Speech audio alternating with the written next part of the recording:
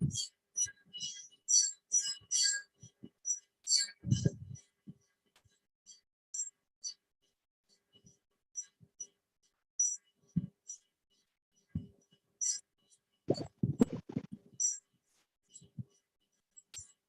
Namo Bhagavate Vasudevaya. Om Namo Bhagavate Vasudevaya. Om Namo Bhagavate Vasudevaya. Om Ajnana Timirandasya Ajnananjana Shalakaya Chakshurunmilitam Yena Tasmai Shri Gurave Namaha. Shri Chaitanya Manobhishtam Sthapitam Yena Bhutale Swayam Rupa Katha Mahyam Dadati Supadantitam.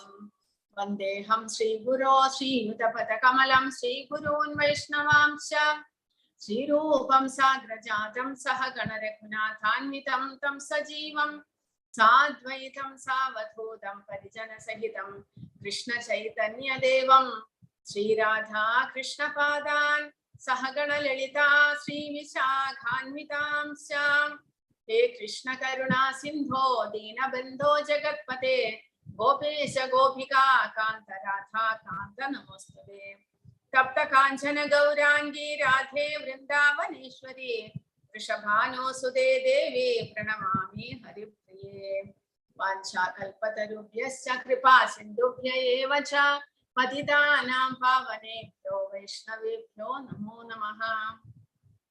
Namo Om Vishnupadaya Krishna Preshtaya Bhutale Srimate Bhaktivedanta Swamin Niti Namine Namaste Saraswate Deve Gauravani Pracharine Nirvishesha Shunyavadi Paschatya Deshatarine Jaya Sri Krishna Chaitanya Prabhu Nityananda Sri Advaita Gadadhara Sri Vasadi Gaura Bhakta Vrinda Hare Krishna Krishna Krishna Hare Hare Hare Rama Rama Rama Hare Hare.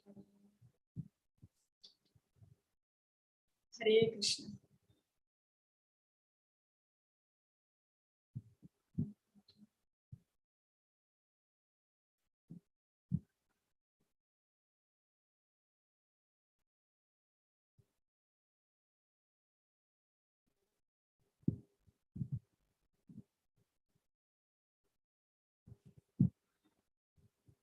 Hare Krishna. ഇന്ന് അധ്യായം 8 പരമപദ പ്രാപ്തി. കഴിഞ്ഞ അധ്യായത്തിന്റെ അവസാനം ഭഗവാൻ പറഞ്ഞു, അവസാന ശ്ലോകത്തിൽ മരണസമയത്തും ഭഗവാനെ ഓർക്കുവാൻ സാധിക്കും. ആർക്കാണ് മരണസമയത്തും ഭഗവാനെ ഓർക്കുവാൻ സാധിക്കുന്നത്?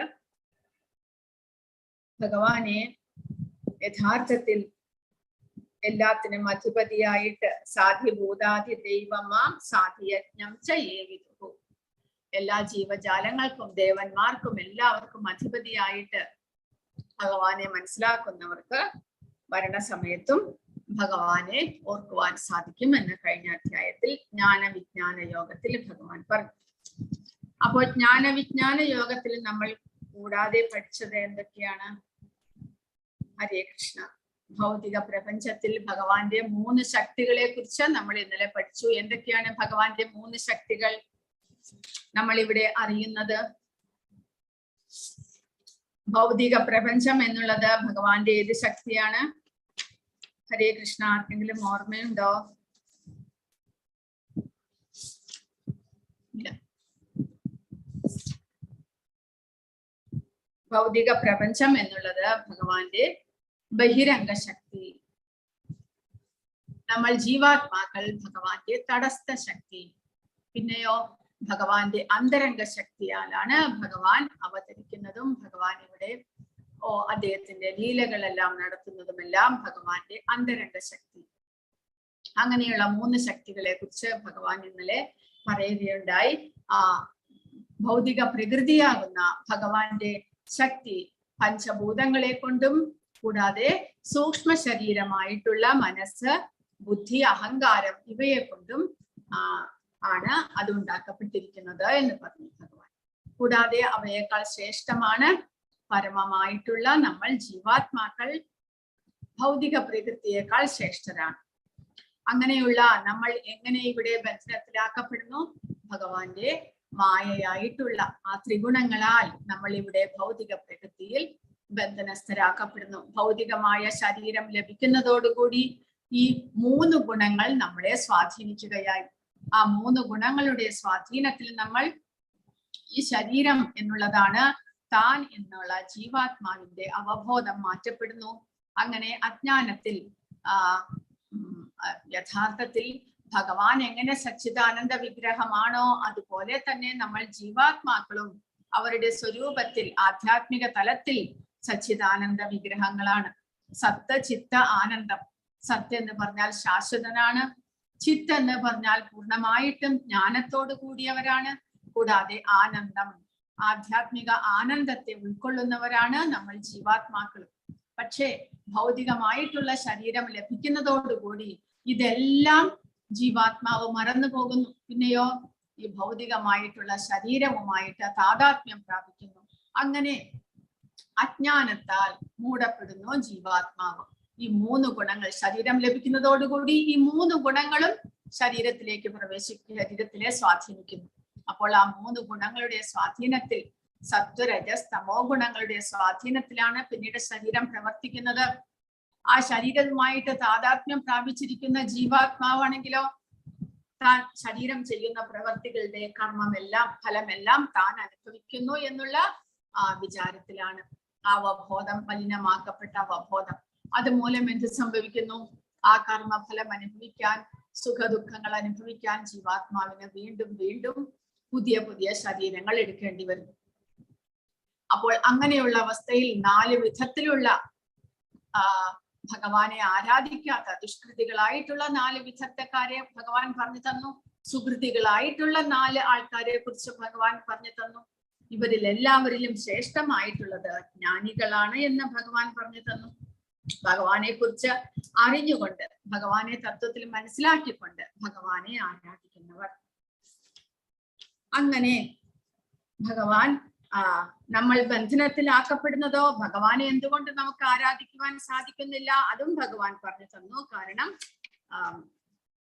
ഇച്ഛാദ്വേഷങ്ങൾ, ഇഷ്ടവും അനിഷ്ടവും മുതലായിട്ടുള്ള ദ്വന്ദ്ങ്ങൾ, ആ ദ്വന്ദ്ങ്ങളുടെ സ്വാധീനത്തിൽ നമ്മൾ പ്രവർത്തനങ്ങൾ ചെയ്യുമ്പോൾ പാപപുണ്യ കർമ്മങ്ങൾ ചെയ്തുകൊണ്ട് നമ്മൾ മുന്നേറുകയാണ്. അപ്പോൾ ആ പാപകർമ്മങ്ങളുടെ ഫലമായിട്ട് നമ്മൾ ഭഗവാനെ ആരാധിക്കുവാനായിട്ട് വിട്ടുപോകുന്നു. അപ്പോൾ പുണ്യകർമ്മങ്ങളുടെ ഫലമായിട്ട് പാപകർമ്മങ്ങളെല്ലാം നീങ്ങിക്കഴിയുമ്പോൾ ഭഗവാനെ ആരാധിക്കുവാനുള്ള മനസ്ഥിതിയും നമ്മിൽ ഉണ്ടാകുകയാണ്. അങ്ങനെ നമ്മൾ ഭഗവാനെ ആരാധിക്കുന്നു. ഭഗവാനെ ആരാധിക്കുവാൻ ആരംഭിക്കുന്നതോടുകൂടി ആധ്യാത്മികമായിട്ടുള്ള ജ്ഞാനം, ഭഗവാനാണ് എല്ലാത്തിന്റെയും ഉറവിടമെന്നും 3 ലോകങ്ങൾക്കും ഈശ്വരൻ ഭഗവാനാണ് എന്നും ദേവന്മാർക്കും എല്ലാ ജീവജാലങ്ങൾക്കും എല്ലാം അധിപതി ഭഗവാനാണ് എന്നും മനസ്സിലാക്കി കഴിഞ്ഞാൽ മരണസമയത്തും ഭഗവാനെ നമുക്ക് ഓർക്കുവാൻ സാധിക്കും എന്ന് പറഞ്ഞു. അപ്പോൾ അർജുനന് ആ ഭഗവാന്റെ അവസാനത്തെ 2 ശ്ലോകങ്ങളിലൂടെ സംശയം വരികയാണ്. അർജുനന്റെ ചോദ്യമാണ് 8ാമത്തെ അധ്യായത്തിന്റെ ആരംഭം. അർജുന ഉവാച കിം തദ് ബ്രഹ്മ കിം അധ്യാത്മം കിം കർമ്മ പുരുഷോത്തമ അധിഭൂതം ച കിം പ്രോക്തം അധിദൈവം കിം ഉച്യതേ. അർജുനൻ ചോദിച്ചു, ഹേ പുരുഷോത്തമ, എന്താണ് ബ്രഹ്മം? ആത്മാവ് എന്നാൽ എന്ത്? ഫലോദിഷ്ട കർമ്മം എന്നാൽ എന്ത്? ഭൗതിക പ്രപഞ്ചമെന്നും ദേവന്മാരെന്നും പറയപ്പെടുന്നവ എന്താണ്? ഇത്രയുമാണ്. ഇത് കൂടാതെ അർജുനന് വീണ്ടും ചോദ്യമുണ്ട്. അധിയജ്ഞഃ കഥം കോതാ ദേഹേസ്മിൻ മധുസൂദന പ്രയാണകാലേ ച കഥം ജ്ഞേയോസി നിയതാത്മഭിഃ. ആരാണ് യജ്ഞദേവത? ഈ ശരീരത്തിൽ അദ്ദേഹം എങ്ങനെ കുടികൊള്ളുന്നു? ഭക്തിയുത സേവന നിരതരായവർക്ക് മരണവേളയിൽ അങ്ങയെ എങ്ങനെ അറിയാൻ കഴിയും? ഇങ്ങനെയുള്ള ചോദ്യങ്ങളാണ് അർജുനൻ ചോദിച്ചത്. എന്താണ് ബ്രഹ്മം? എന്താണ് അധ്യാത്മം? എന്നാൽ എന്താണ്? കൂടാതെ അധിഭൂതം, അധിദൈവം, ഇവരെല്ലാവരും ആരാണ്? കൂടാതെ അധിയജ്ഞം, എങ്ങനെയാണ് ദേഹത്തിൽ കുടികൊള്ളുന്നത്? കൂടാതെ അന്ധകാലെ, ഭഗവാൻ പറഞ്ഞു മരണവേളയിലും ഭഗവാനെ സ്മരിക്കാൻ സാധിക്കുമെന്ന്. അങ്ങനെയാണെങ്കിൽ ഭഗവാന്റെ ഭക്തന്മാർക്ക് മരണവേളയിലും ഭഗവാനെ സ്മരിക്കാൻ സാധിക്കുമെന്ന് പറഞ്ഞു. എങ്ങനെയാണത് സാധിക്കുന്നത്? മരണവേളയിൽ ഭഗവാനെ എങ്ങനെ സ്മരിക്കാൻ സാധിക്കും? ഇത്രയും ചോദ്യങ്ങളാണ് അർജുനൻ ചോദിക്കുന്നത്. അപ്പോൾ പ്രഭുപാദ പറയുന്നു, പ്രയാണകാലേ എന്ന പദം ഈ ശ്ലോകത്തിൽ വളരെ പ്രാധാന്യം അർഹിക്കുന്നു. ജീവിതത്തിൽ ഒരാൾ ചെയ്യുന്ന കർമ്മങ്ങളെല്ലാം പരീക്ഷിക്കപ്പെടുന്നത് മരണവേളയിലത്രേ. ആ അന്ത്യനിമിഷത്തിൽ എന്തായിരിക്കും അവരുടെ അവസ്ഥ? മരണസമയത്ത് ശാരീരിക പ്രവർത്തനങ്ങൾ എല്ലാം തകരാറിലാകുന്നു. മനസ്സും നല്ല നിലയിലല്ല പ്രവർത്തിക്കുന്നത്. ശരീരത്തിന്റെ നില ഇങ്ങനെ അസ്വസ്ഥമായിരിക്കെ മനുഷ്യന് ഭഗവത് സ്മരണയുണ്ടാകാൻ പ്രയാസമാണ്. എങ്കിലും ഭഗവാൻ ഇവിടെ പറയുന്നു, ഭക്തിയുത സേവന നിരതരായവർക്ക് മരണവേളയിൽ ഭഗവാനെ സ്മരിക്കാൻ കഴിയുമെന്ന്. എങ്ങനെയാണ് അത് സാധ്യമാകുക? മരണമേൽ നിന്നുള്ളത് വളരെയധികം പ്രയാസമുള്ള ഒരു കാര്യമാണ്. ആ ജീവാത്മാവ് ശരീരം വിട്ടു പോകുക എന്നുള്ളത് വളരെ പ്രയാസമുള്ള കാര്യമാണ് എന്ന് ആചാര്യന്മാർ പറയുന്നു. ആ സമയത്ത് നമ്മുടെ സ്ഥിതി ചിലപ്പോൾ നമ്മൾ പ്രായമായിട്ട് വയസ്സായിട്ടാണ് മരിക്കുന്നത് എന്നുണ്ടെങ്കിൽ നമുക്ക് വാദപിത്ത കഫങ്ങളെല്ലാം നിറഞ്ഞ് നമ്മുടെ തൊണ്ടയെല്ലാം അടഞ്ഞു പോയി നമുക്ക് സംസാരിക്കാനോ ഒന്നിനും ശേഷിയില്ലാതെ നമ്മൾ വളരെ ഒരു വ്യാകുലമായിട്ടുള്ള അവസ്ഥ, ക്ലേശഭരിതമായിട്ടുള്ള അവസ്ഥയിലായിരിക്കും. അങ്ങനെയുള്ള സമയത്ത് നമ്മുടെ ചിന്തകളും വളരെയധികം കൺഫ്യൂഷൻ നിറഞ്ഞ ഒരവസ്ഥയായിരിക്കും. ആ സമയത്ത് എങ്ങനെയാണ് ഭഗവാനെ നമുക്ക് ഓർക്കുവാൻ സാധിക്കുക? അതാണ് അർജുനന്റെ ചോദ്യം. അപ്പോൾ ഭഗവാൻ അതിന് ഉത്തരം പറയുന്നുണ്ട്. ശ്രീ ഭഗവാൻ ഉവാച അക്ഷരം ബ്രഹ്മ പരമം സ്വഭാവോ അധ്യാത്മമുച്യതേ ഭൂതഭാവോദ്ഭവകരോ വിസർഗഃ കർമ്മ സംഹിതഃ. ഭഗവാൻ പറഞ്ഞു, അവിനാശിയും അതീന്ദ്രിയനുമായ ആത്മാവത്രേ ബ്രഹ്മം. ബ്രഹ്മത്തിന്റെ ശാശ്വത പ്രകൃതി അധ്യാത്മം എന്ന് പറയപ്പെടുന്നു. ജീവാത്മാക്കളുടെ ഭൗതിക ശരീരത്തിന്റെ വികാസത്തിന് വേണ്ടുന്ന പ്രവർത്തനങ്ങളാണ് കാമ്യ കർമ്മങ്ങൾ. അപ്പോൾ ബ്രഹ്മം എന്നാൽ എന്ത് എന്ന് അർജുനൻ ചോദിച്ചു. ഭഗവാൻ പറയുന്നു, അക്ഷരമാണ് ബ്രഹ്മൻ. ബ്രഹ്മൻ ഒരിക്കലും നാശമില്ലാത്ത ശാശ്വതനായിട്ടുള്ള ആത്മാവാണ് ബ്രഹ്മൻ എന്ന് ഭഗവാൻ, ബ്രഹ്മം എന്ന് ഭഗവാൻ പറയുന്നു. അപ്പോൾ ബ്രഹ്മം എന്നുള്ളത് ആത്മാവിനെ ബ്രഹ്മം എന്നും വിളിക്കുന്നു. അതായത് ആത്മാവിന്റെ ആ സ്വരൂപത്തിലേക്ക് ആത്മാവ് ഉയരുമ്പോൾ, ആത്മജ്ഞാനത്തിലേക്ക് കടക്കുമ്പോൾ അഹം ബ്രഹ്മാസ്മി എന്ന് നമ്മൾ പറയാറുണ്ട്. ഞാൻ ബ്രഹ്മനാണ്, ഒരിക്കലും നശിക്കാത്ത ശാശ്വതനായിട്ടുള്ള ആധ്യാത്മികനായിട്ടുള്ള ആ ഒരു ഭഗവത് അംശമാണ് താൻ എന്നുള്ള അവബോധം വരുന്നതിനെയാണ് ബ്രഹ്മൻ എന്ന് പറയുന്നത്. അങ്ങനെ ആത്മാവിനെ ബ്രഹ്മം എന്ന് പറയുന്നു. ആത്മാവിന്റെ സ്വഭാവം എന്താണ്? അധ്യാത്മം. ആത്മാവ് ഭൗതികനല്ല, ആധ്യാത്മികനാണ് എന്ന് പറയുന്നു. ഈ ഭൗതികമായിട്ടുള്ള പ്രപഞ്ചം ആത്മാവിന് ഒരു അന്യഗ്രഹമാണ്.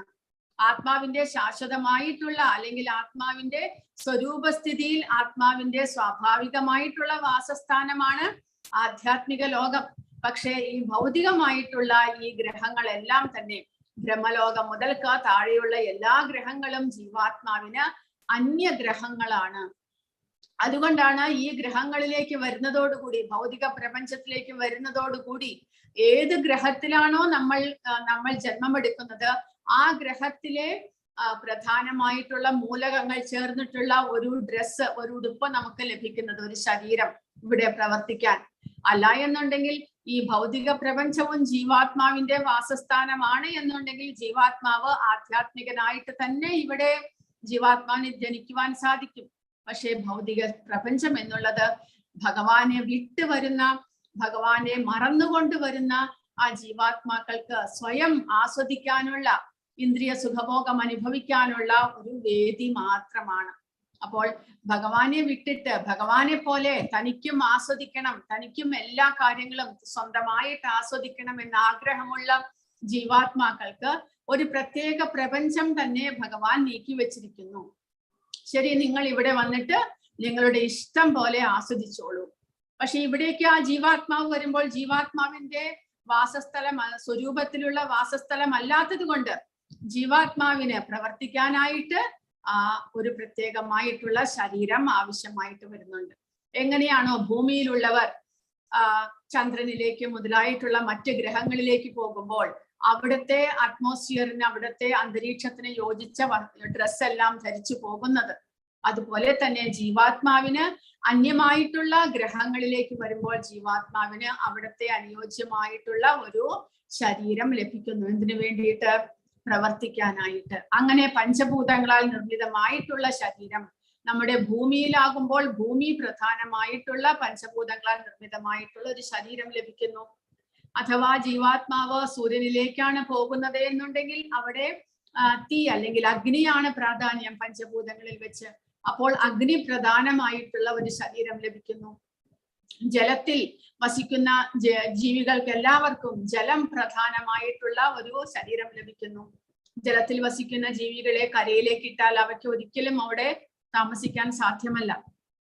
അതുപോലെ അങ്ങനെ ഏത് ശരീരം ഏത് ഗ്രഹത്തിലാണോ നമുക്ക് ജന്മം ലഭിക്കുന്നത് അവിടുത്തെ ആ പഞ്ചഭൂതങ്ങളാൽ പ്രധാനമായിട്ടുള്ള ഒരു ശരീരം നമുക്ക് ലഭിക്കുകയാണ്. പക്ഷേ വാസ്തവത്തിൽ സ്വഭാവത്തിൽ തന്റെ സ്വരൂപത്തിൽ ആ ജീവാത്മാവ് ആധ്യാത്മികനാണ് എന്ന് ഭഗവാൻ പറയുന്നു. അതുകൂടാതെ അക്ഷരമാണ്, ഒരിക്കലും നശിക്കാത്ത ശാശ്വതനാണ് എന്ന്.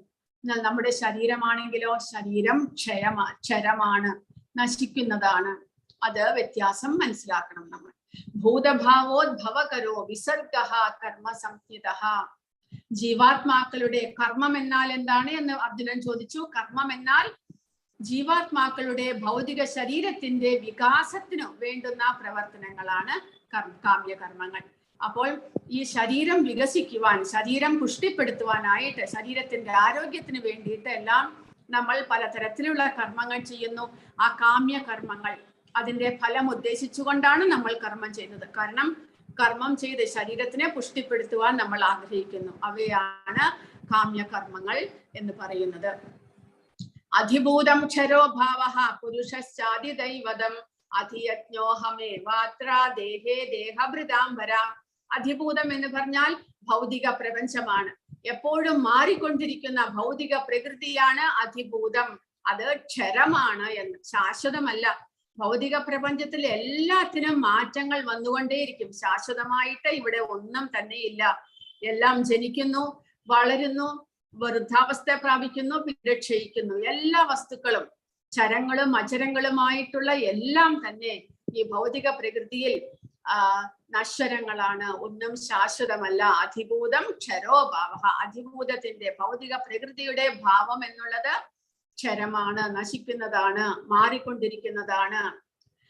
അതിദൈവതം എന്ന് പറഞ്ഞാൽ പുരുഷശ്ചാതിദൈവതം. പുരുഷനാണ് അതിദൈവതം. ആരാണ് പുരുഷൻ? ഭഗവാൻ. സൂര്യനെയും ചന്ദ്രനെയും ദേവന്മാരെയും ഉൾക്കൊള്ളുന്ന ഭഗവാന്റെ വിശ്വരൂപം അതിദൈവം എന്നും. അതായത് ഭൗതിക പ്രപഞ്ചത്തിൽ അതിദൈവം എന്ന് പറയുന്നത് ഭഗവാൻ രൂപം എടുത്തിട്ടുള്ള വിശ്വരൂപമാണ്. ആ വിശ്വരൂപത്തിൽ ഭൗതിക പ്രപഞ്ചം മുഴുവനും തന്നെ ഉൾക്കൊണ്ടിരിക്കുന്നു. സൂര്യചന്ദ്രന്മാരെയും ദേവന്മാരെയും എല്ലാ ജീവജാലങ്ങളെയും ഉൾക്കൊണ്ടിരിക്കുന്ന ആ വിശ്വരൂപമാണ് അതിദൈവം. കൂടാതെ അധിയജ്ഞോഹം ഏവാത്ര. അധിയജ്ഞം എന്നുള്ളത് ഞാൻ തന്നെയാണ് എന്ന് ഭഗവാൻ പറയുന്നു. ഞാൻ എന്ന് പറഞ്ഞാൽ ദേഹേ ദേഹഭൃതാംബര. എല്ലാ ദേഹങ്ങളിലും കുടികൊള്ളുന്ന പരമാത്മാവായിട്ടുള്ള ഞാനാണ് അധിയജ്ഞൻ എന്ന് ഭഗവാൻ പറയുന്നത്. ഞാൻ എന്ന് പറഞ്ഞാൽ കൃഷ്ണൻ, ഭഗവാന്റെ തന്നെ അവതാരമായിട്ടുള്ള പരമാത്മാവ് എല്ലാ ശരീരങ്ങളിലും കുടികൊള്ളുന്നു. അതുകൊണ്ട് ആ പരമാത്മാവിനെയാണ് അധിയജ്ഞൻ എന്ന് പറയുന്നത്.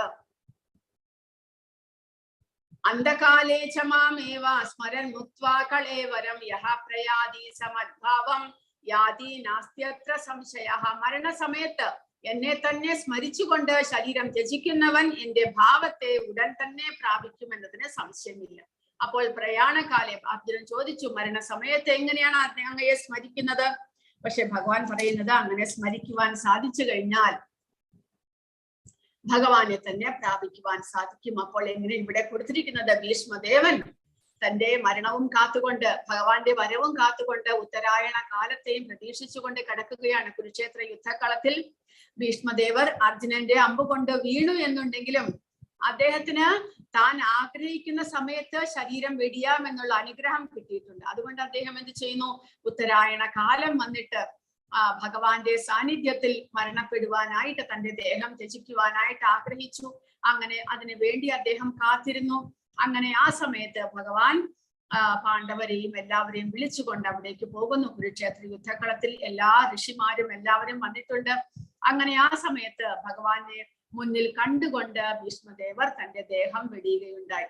അങ്ങനെ ആ മരണസമയത്ത് ഭഗവാനെ സ്മരിച്ചുകൊണ്ട് ശരീരം ത്യജിക്കുന്നവർക്ക് ഭഗവാന്റെ ധാമം പ്രാപിക്കുവാൻ സാധിക്കും എന്ന് പറയുന്നു.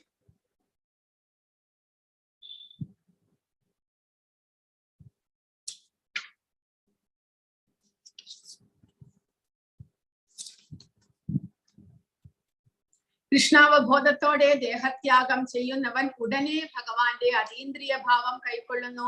പരമപാവനനാണ് ഭഗവാൻ. തന്മൂലം നിരന്തരം കൃഷ്ണാവബോധത്തോടെ ഇരിക്കുന്നവരും പരമപാവനരത്രേ.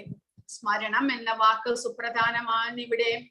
ഭക്തിപൂർവമായ സേവനത്തിലൂടെ കൃഷ്ണാവബോധം പുലർത്തി പോരാത്ത ഒരു ജീവന് പവിത്രതയില്ലാത്തത് കൊണ്ട് കൃഷ്ണസ്മരണ സാധ്യമാവില്ല എന്ന് പ്രഭുപാദ പറഞ്ഞിരിക്കുന്നു. അതായത് നമ്മൾ ഭഗവാന്റെ നാമജപങ്ങളെല്ലാം ചെയ്യുന്നത് എന്തിനു വേണ്ടിയിട്ടാണ്? നമ്മൾ പരിശുദ്ധരാകുവാൻ വേണ്ടിയിട്ട്.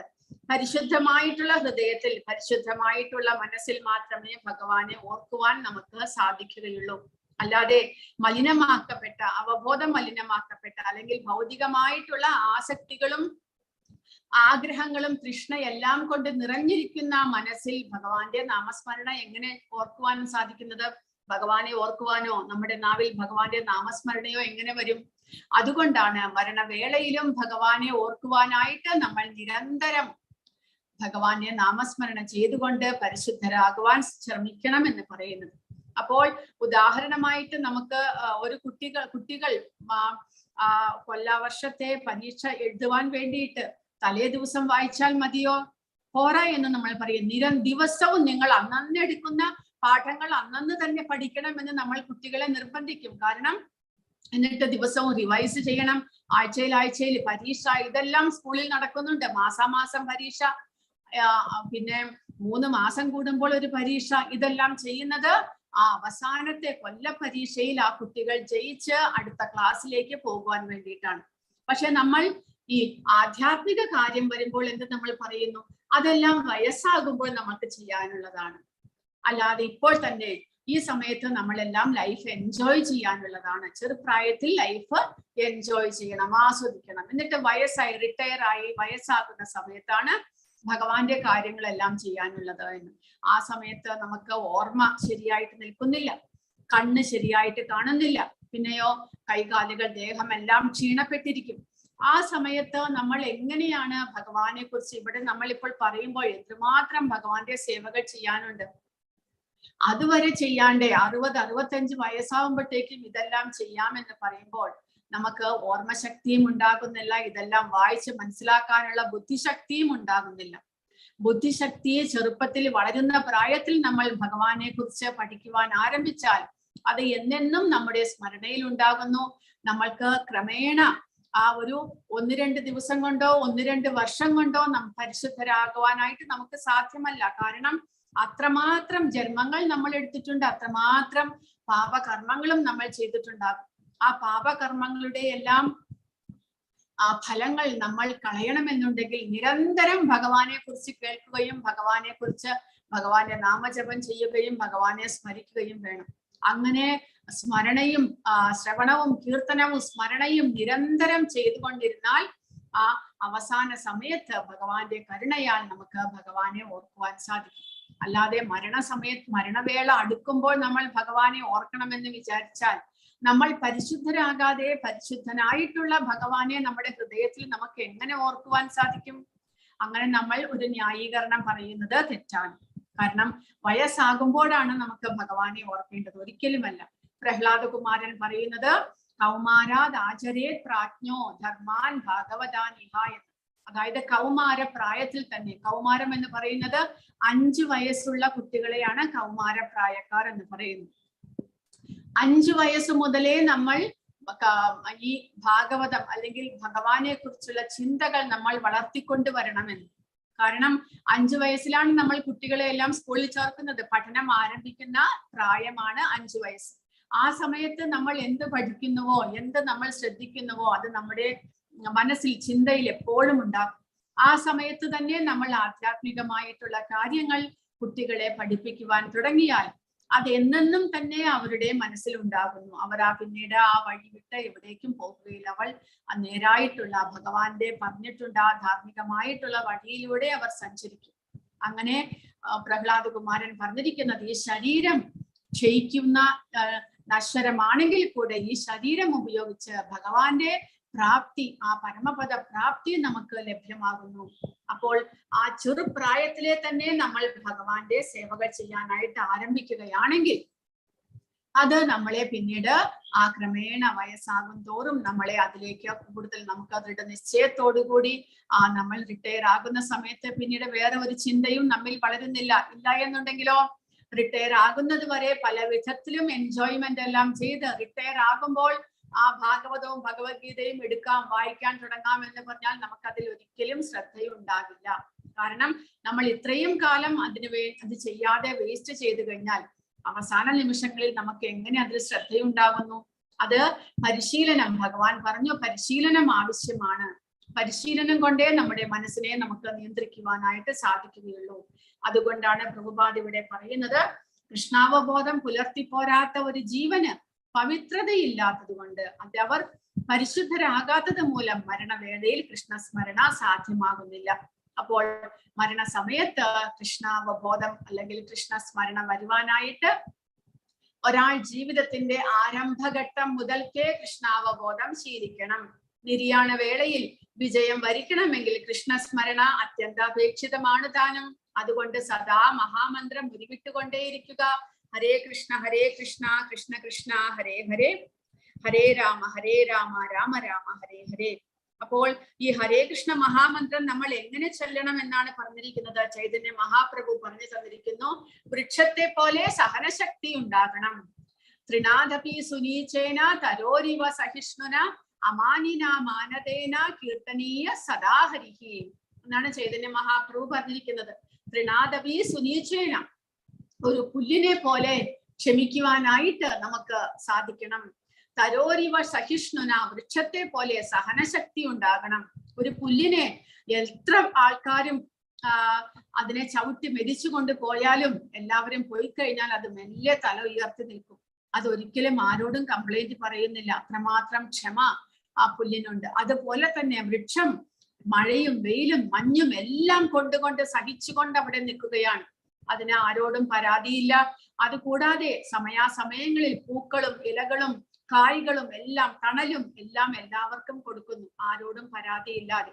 അപ്പോൾ അങ്ങനെ നമ്മളും ഭഗവാന്റെ നാമസ്മരണ ചെയ്യണം. അതുകൂടാതെ അമാനിന മാനതേന, ആരെങ്കിലും നമ്മളെ ബഹുമാനിക്കണമെന്നുള്ള ആഗ്രഹം ഇല്ലാതെയും എന്നാൽ മറ്റുള്ളവർക്ക് കൊടുക്കേണ്ടുന്നവർക്കെല്ലാം ബഹുമാനം കൊടുത്തുകൊണ്ടും നമ്മൾ വിനയത്തോടുകൂടി എളിമയോടുകൂടി ഭഗവാന്റെ നാമജപം ചെയ്യണം. അഹങ്കാരത്തോടു കൂടിയല്ല, എളിമയോടുകൂടി ശ്രദ്ധാഭക്തിയോടുകൂടി ഭഗവാന്റെ നാമജപം ചെയ്യണം എന്ന് പറയുന്നു. കാരണം ഹരേ കൃഷ്ണ നാമം ജപിക്കുന്ന ഒരു വ്യക്തിക്ക് പല വിഘ്നങ്ങളും നേരിട്ടേക്കാം. എങ്കിലും എല്ലാം സഹിച്ചുകൊണ്ട് ഹരേ കൃഷ്ണ കൃഷ്ണ കൃഷ്ണ ഹരേ ഹരേ, ഹരേ രാമ രാമ രാമ ഹരേ ഹരേ എന്ന നാമജപം തുടരുക തന്നെ വേണം. എന്നാൽ ജീവിത അന്ത്യത്തിൽ കൃഷ്ണാവബോധത്താലുള്ള പ്രയോജനം തികച്ചും അനുഭവപ്പെടും എന്ന് പറയുന്നു.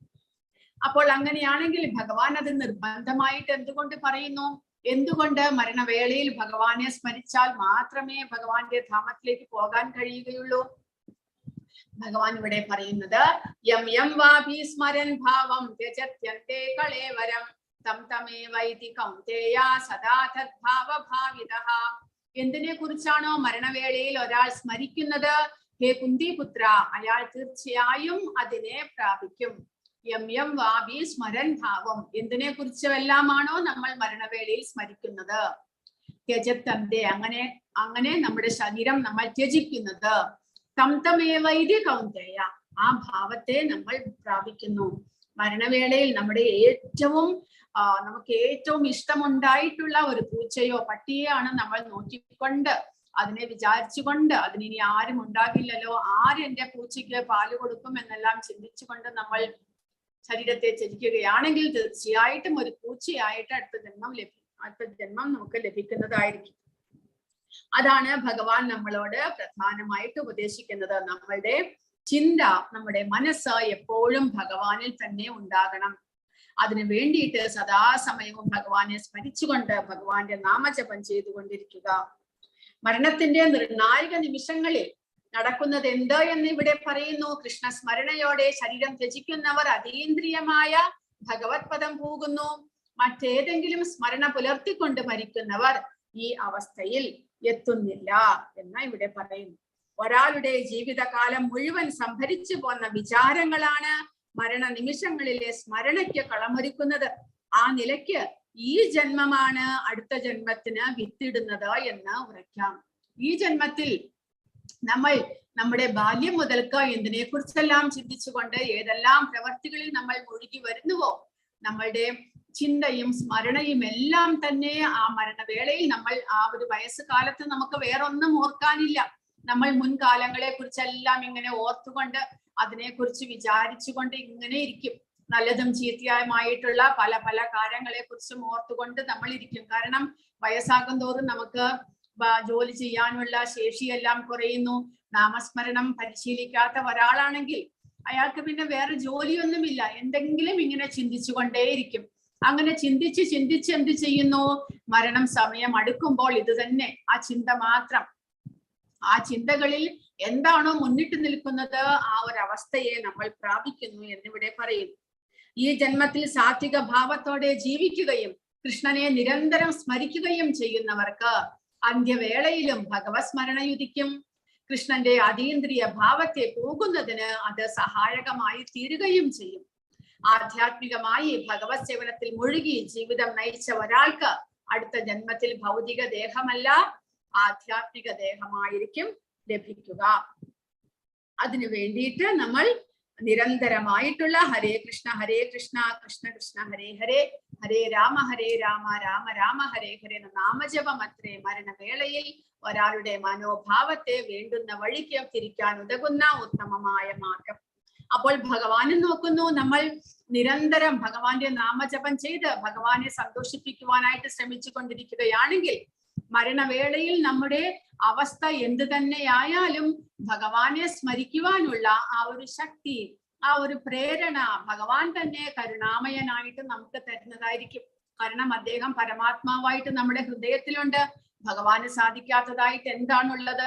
അപ്പോൾ നമ്മുടെ സ്വയം ശക്തി മൂലം നമുക്ക് ഭഗവാനെ സ്മരിക്കാൻ സാധിച്ചില്ലെങ്കിലും നമ്മൾ ആജീവനാന്തകാലം നിരന്തരം ഭഗവാനെ സ്മരിക്കുകയും ഭഗവാന്റെ സേവകൾ ചെയ്തുകൊണ്ട് മരിക്കുകയായിരുന്നുവെങ്കിൽ ആ കരുണാമയനായിട്ടുള്ള ഭഗവാൻ നമ്മളെ സഹായിക്കും. മരണവേളയിൽ അദ്ദേഹത്തെ സ്മരിക്കുവാനോ അദ്ദേഹത്തിന്റെ നാമം നമ്മുടെ വായിൽ വരുവാനോ തീർച്ചയായിട്ടും ഭഗവാൻ സഹായിക്കും.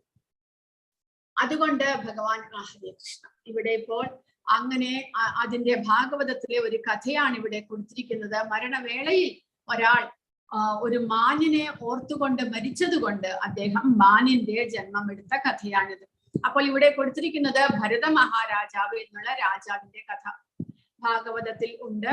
ഭരത മഹാരാജാവ് ഋഷഭ രാജാവിന്റെ മകനായിരുന്നു. ഋഷഭ ചക്രവർത്തി ഭഗവാന്റെ അവതാരമായിരുന്നു.